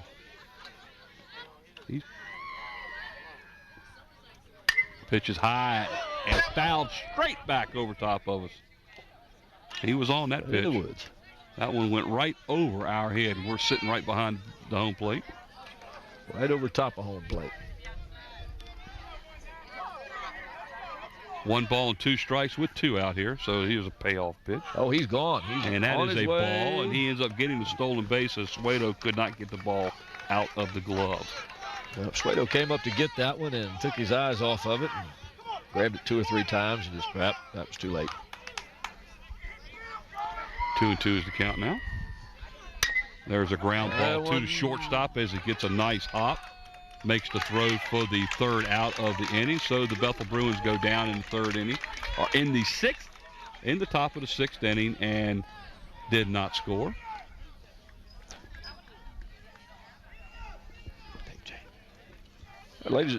Ladies and gentlemen, right here we're going to have a little bit of a break, and as soon as we're finished, we'll be right back with you. So stay tuned. Don't go anywhere. We'll be right back with Bethel and Kecoughtan.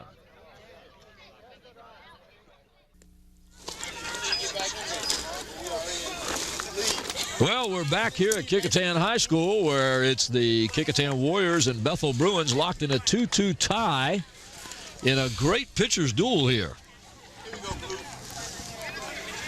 Mike, this has been one of those games where nobody wants to go. Everybody's sticking around to see what's going to happen. Now, Gary Tucker grounded out to the 3rd baseman for the Bethel Bruins in the top of the 6th inning. To end the inning. We're here in the bottom of the 6th now. The Warriors at the plate. As we enter the bottom of the 6th inning, number 2, Ronnie Weber.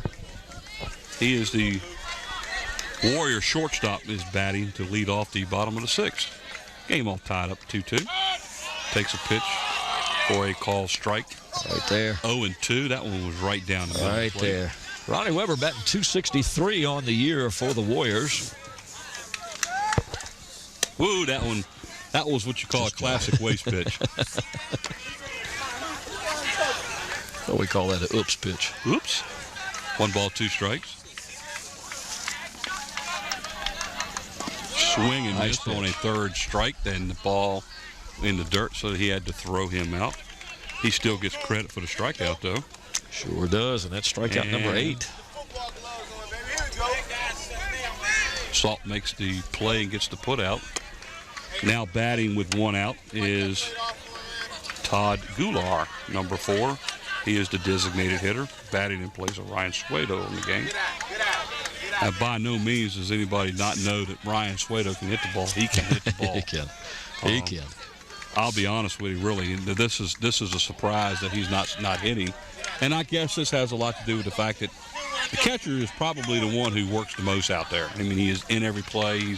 He's got to handle all the pitches and all the calls. And so they're letting Ryan just play defense today and take care of that position. And I believe, Mike, it's the first game he's caught in a while. I know Todd and Jeremy Davis have split the catching duties here recently. So they're just going to let him relax, concentrate on the catching part of it, handle the pitchers, make the plays. 3-1 is the count now as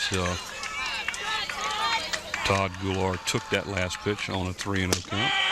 And he takes a second strike. Full count now, 3-2 is with 1 out. Nobody on in the bottom of the 6th inning with the score knotted at 2-all. Plus, I think with Goulart 4 for 8 here recently, batting .500, they wanted to get his bat in there right now while he's hot. Fouled back out of play here off the screen. Bethel catcher Salt picks the ball up, hands it to the plate umpire and says, "Thank you very much."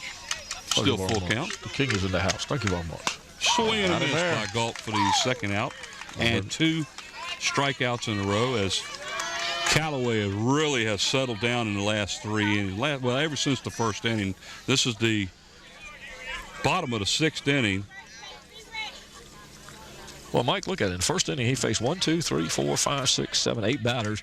Then he faced 3 in the second, 3 in the third, 4 in the fourth, 4 in the fifth, and 2 here so far. So he got 8 strikeouts on the game. Yeah. He's done. He's really improved after walking 3 in the first inning. He certainly has. Ryan Wade, the been impressive starting pitcher for the Warriors, now over at first base with Ed Van Ness now moving to the mound. Is the batter. He's 1-1 with 2 down here. Pitches outside. 2-1. You know, a couple of years ago, the umpires would have called that pitch a strike.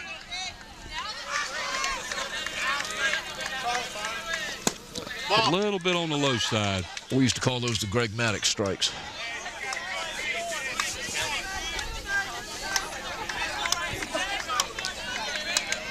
Three and 1 is the count. 2 outs. And he's going to get a base hit down the third base line off of and he got jammed on that one. Well, the ball was over his head. He's going to end up with 2 bases. There it is. Ryan Wade gets a double. That's the first extra base hit of the game. And he got jammed on a pitch that was probably intended to be ball 4. Well, it was in his eyes. Up That's high. how high it was. And he kind of just pulled back on it, just kind of punched it out in that direction with enough spin on it. Right fielder Ryan Gravely now the batter with a runner on second in scoring position, but there is 2 down. Base hit towards the shortstop as play is made. The throw is in the dirt. Here comes the and runner. the We're going to play coming the play. in. And he dropped the ball. Ryan Wade comes in home to score the go-ahead run in the bottom of the 6th inning. Ryan Gravely, he reaches first base on the error. The question is you got to give the error to the shortstop. Here's a replay on it now. Because the ball is a solid shot. The ball is in the dirt. Now here's the throw. It's in the dirt, bounces off. Now here's the play at home. Now I thought he had him. He got the ball until the ball came out. It comes right out. Yep. It knocks it right out of his glove there at home plate as he comes around to score. I think you got to give that error to the shortstop. We have another batter, a new batter coming in for Kecoughtan now. Jeremy Davis, number 20. He will be batting for AC Walls.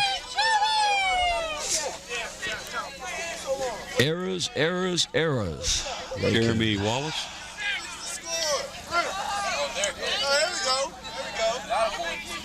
Hey, that first base side today for the Bethel Bruins has been tough, hasn't it? Jeremy Davis. Jeremy Davis. Junior. Jeremy Davis with a 4.2 GPA. I'd say he's does quite well in school. Well, the Warriors have come up with the go-ahead run here in the bottom of the 6th inning. As the Warriors will go out after this inning and try to hold Bethel without scoring. Try to get the win. 1-1 is the count. Whoa, that one got the umpire. You're the one that jumped. Young man standing over here looks over at us and says, "You all right?" And I'm looking at him and says, "You're the one that jumped." Ball hit the catcher's glove, came off the umpire's mask, hit the fence, and he said, "You all right?" Yeah. We got a fence in front of us. Pitch is high. 2-2 now to count. 2 down. Runner at first base. Ryan Gravely, who reached first base. Ryan Gravely is going to be going to Radford University. He's a senior from Kecoughtan. Pitch is high. That'll load him up. 3-2 is the count. 2 outs, 3-2. The Warriors with the lead here. Bruins actually should have been out of this by now. Oh, yeah. But this is exactly what happens when you have young teams. Young teams make mistakes. They make mistakes. The whole key to high school baseball with a young team is you will win if you minimize those mistakes. Pitch is low and outside. No. Jeremy Davis will reach first base with a walk. Youth and experience can result in mistakes. That'll advance Gravely over to second base as Brett Wheeler calls timeout and takes a walk out into the field. We're getting pretty close to the end of the game now. We need to pretty close here make a decision on players of the games. Will. Think about it. We got another 3 innings to go at least, yeah. We have to pick one for Bethel, and we have to pick one for Kecoughtan. Our players of the game trophies and T-shirts. They are the trophies come from Trophy World, of course, out of Hilton in Newport News.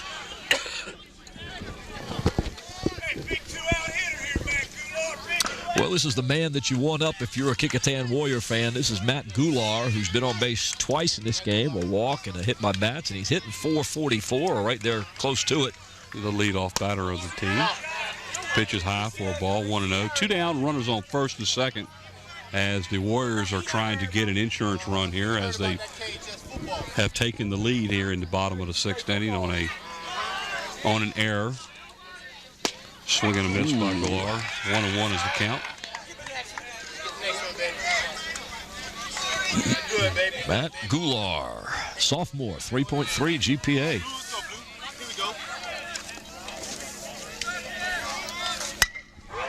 Shot towards the shortstop, flips it to second for the out. That'll end the inning for the Kecoughtan Warriors as they come up big, scoring a run. Off of one hit, it was a 2-out double by Ryan Wade, who ended up scoring on the error to take the lead. So the Kecoughtan Warriors score 1 run. They had 1 hit, there was 1 error, and there was 2 left. After 6 complete innings, the Kecoughtan Warriors lead the Bethel Bruins by a score of 3-2. Again, we got to pick a MVP, and I think that one is my opinion for Bethel. Think about it. Player of the game. That would be my pick. Okay. But I think that's been pretty obvious about what I've been talking about. You picked the Kecoughtan one, and I've taken care of Bethel. All right. And as soon as you decide who you think the Kecoughtan one will be, we will. You give me the tough one, huh? Well, no. Come on now. Yeah, Eddie! Yeah!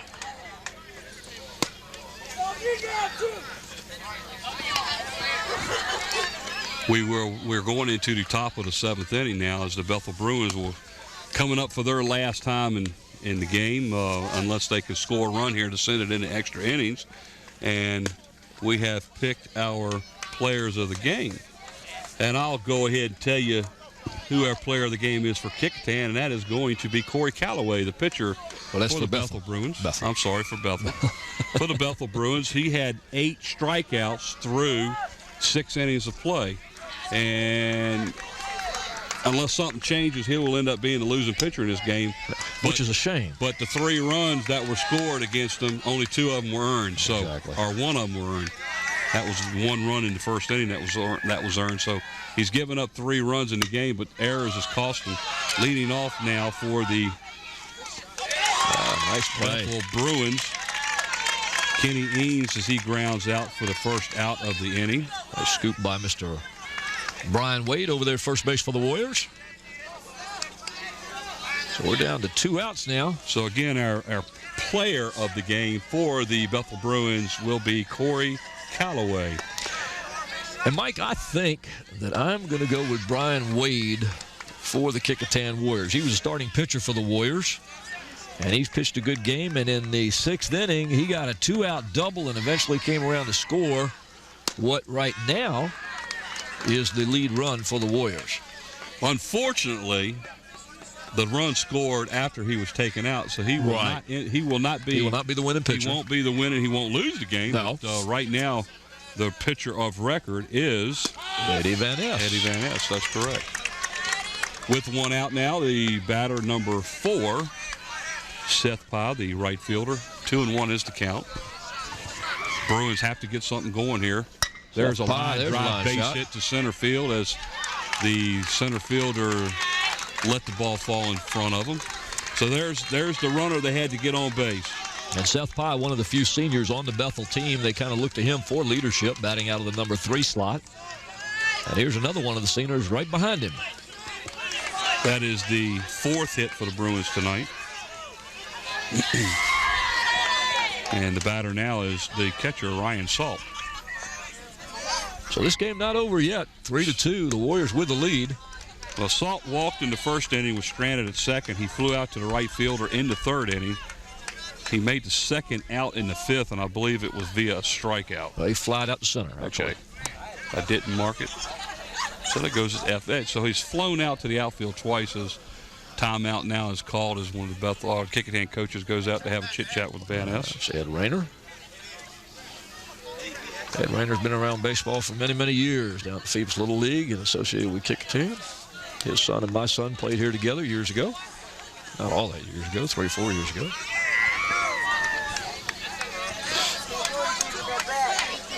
Top of the 7th inning again. It is 3-2 in favor of the Kecoughtan Warriors over the Bethel Bruins. 1 out, runner at first. Catcher Ryan Salt is the batter. Pitch is high outside. 2-0 is the count. Brandon Butler is the batter that is on deck for the Bruins. Yeah, they call the catcher's tools the tools of ignorance. Well, Ryan Salt is definitely not fit that category. He's got a 3.2 GPA at Bethel High School, so he's right up there with the best of them. Besides the fact the catcher kind of runs the game. And there goes the runner as he makes it safely on a 2-0 count. The pitch now is 3-0, and advancing Seth Pye. He probably could have waited one pitch and got there without having to run. Well, 2-0 is not normally the kind of count you're going to go 3-1 is the count. I'm sorry. Right. He took that one for a strike. That was a straight steal.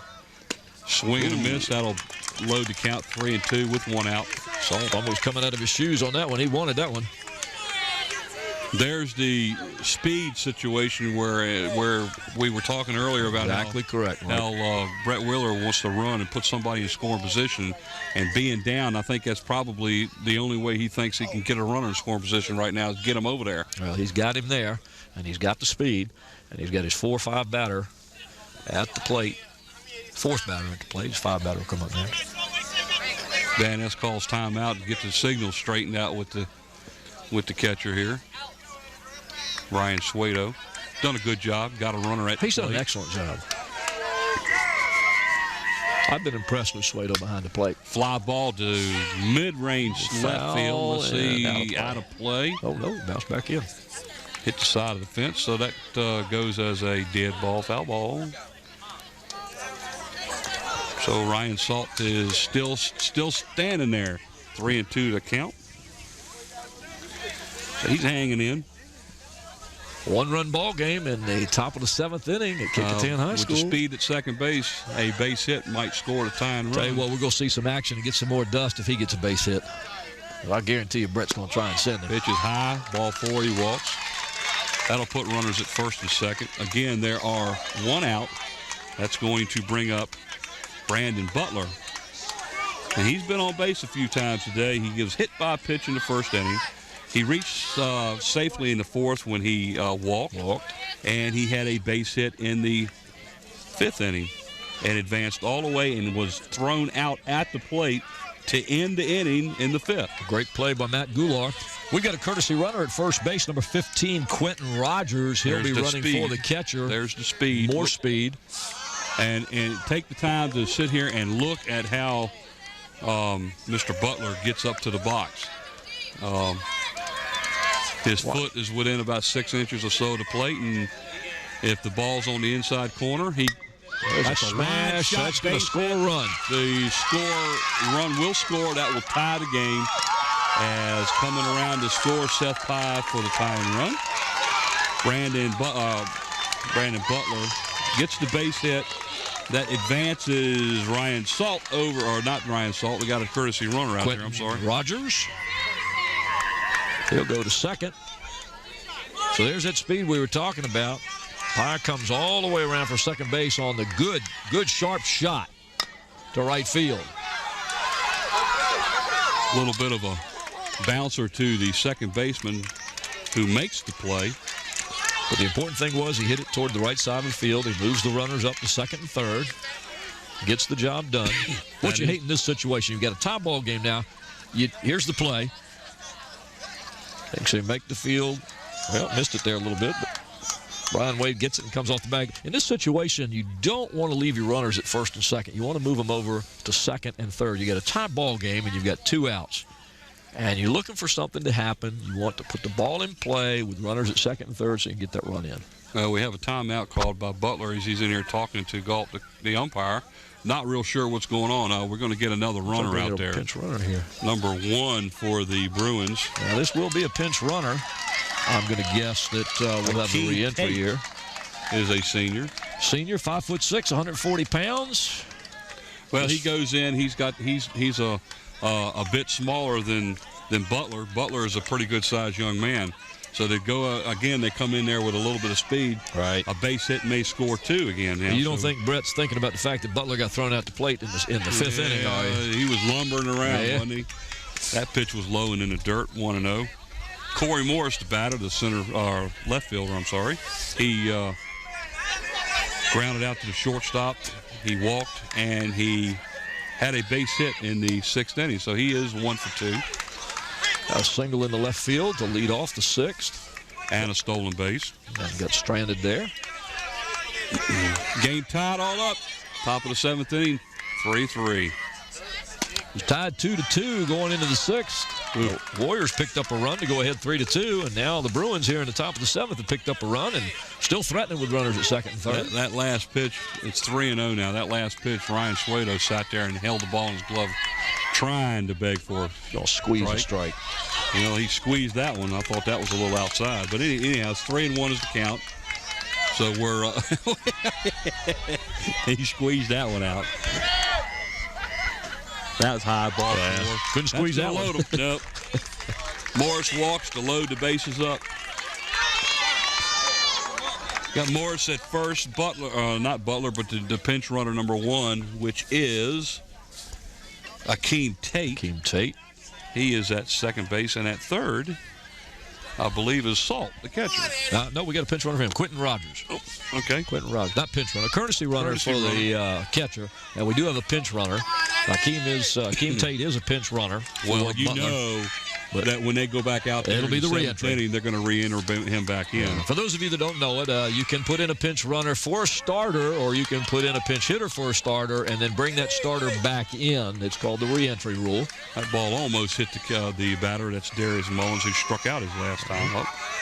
And, of course, you're only allowed to do that one time in a game. If you could do that throughout the whole game, you'd probably drive scorekeepers crazy. This young man has got power. I have seen him hit the ball hard.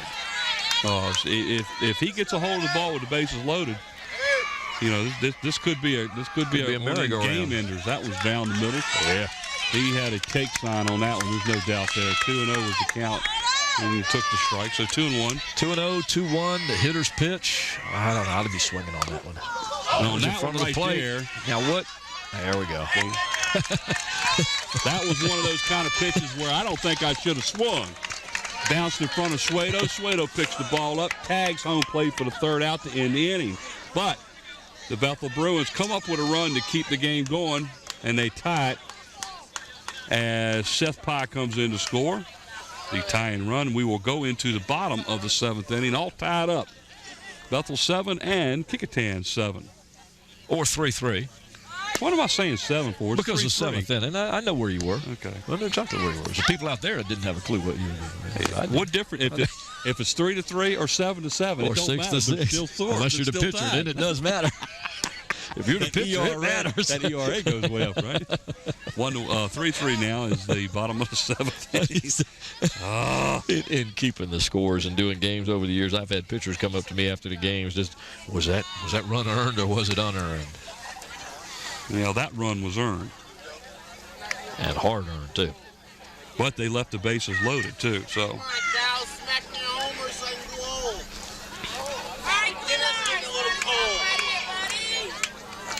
So Darius Mullins chops the ball in front of the plate where Ryan Suedo picks it up and makes the third out by tagging the plate. Yeah, I'd laugh at Suedo. Did you see him when he grabbed the ball? He grabbed it, kind of looked at first base and got ready to throw, and then he realized, wait a minute, all I got to do is tag home.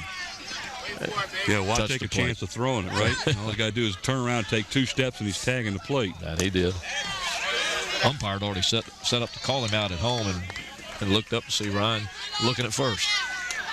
Kyle Goulart is the batter.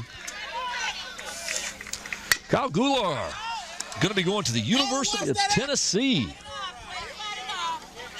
Fouls that ball off. That's going to make the count 1 ball and 2 strikes.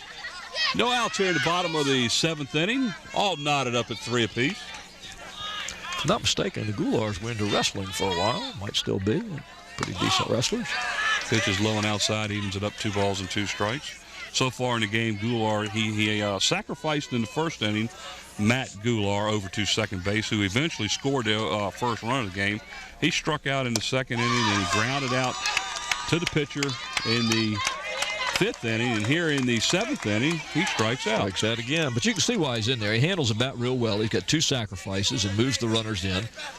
So as a second batter, that's what you're there for, to get the runner to second base. And he's done that twice out of 4 times at the plate. Well, Eddie Van Assen now is the batter, and he is the pitcher of record for the Warriors as he gave up the tying run in the 7th inning. So he needs to come in here and take control here and get a base hit, put one out of the park or whatever. Eddie can do it too. Back. Like he's one of the few Warriors that has that potential to put the ball out. He's got good, strong power. He likes to pull the ball to right field, but he can go the other way. Big left-hander here. 1-1 is the count. There's 1 down in the bottom of the 7th inning. Eddie Van Ness wearing that famous number 19 that used to belong to one of the great center fielders at Kecoughtan High School, Sean Rowe. I don't think that's any relation to you, huh? No. Sean now with the University of Virginia up in Pitches Charlottesville. 2-1 a count.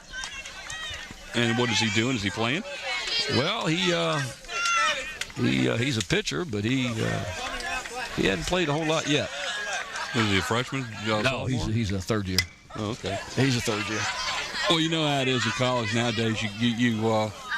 It takes most kids 5 years to get out of college. Oh, Lord, I hope it doesn't take him that long. Oh, yeah.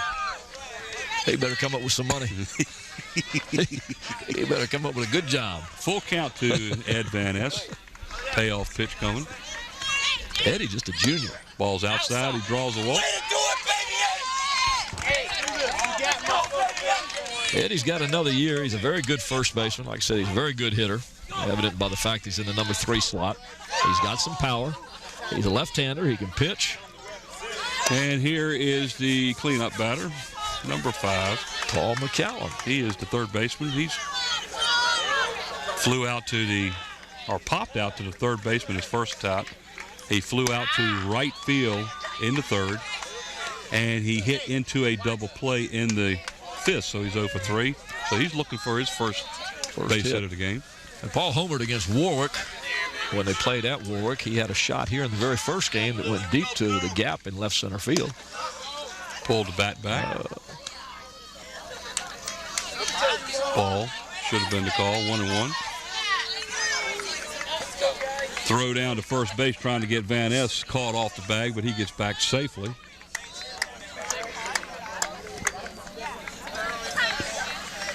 John Green sitting back there, hoping things will go his way.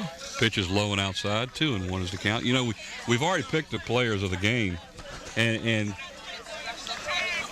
I think the ones that we picked have played great so far in the game, so that I don't think that we have any second thoughts about it.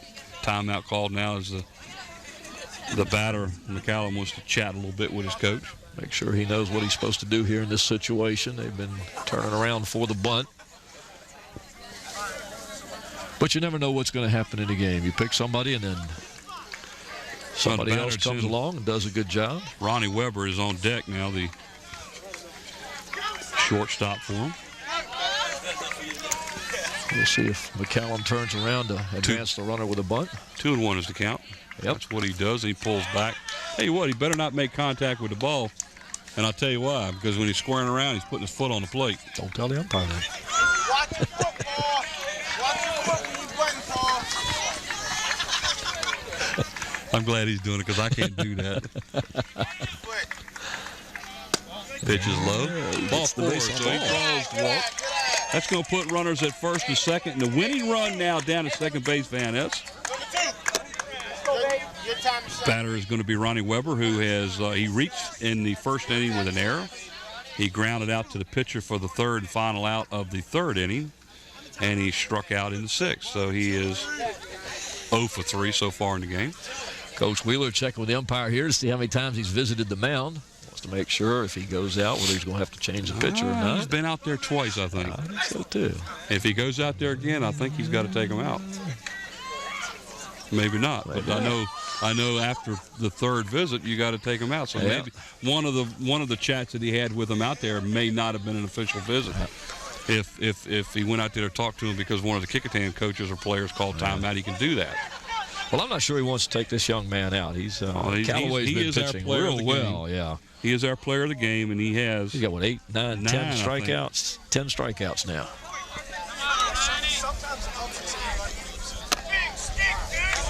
He's just pitched real well. I've been very impressed with him. Yeah, he went through that one span there at the second through the fifth inning, where he could just do anything he wanted to with the ball. He was putting it exactly. He could put it in your pocket. He controlled the game at that point and kept Bethel in it.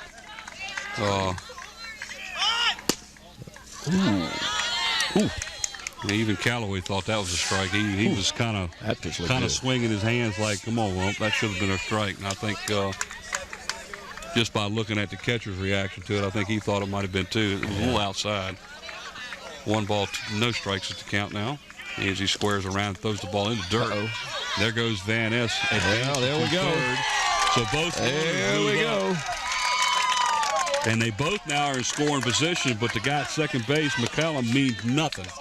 Got the winning run sitting down at third base. Now, I believe Wheeler is going to say put Weber on first. He better. And he did. He gives him his walk.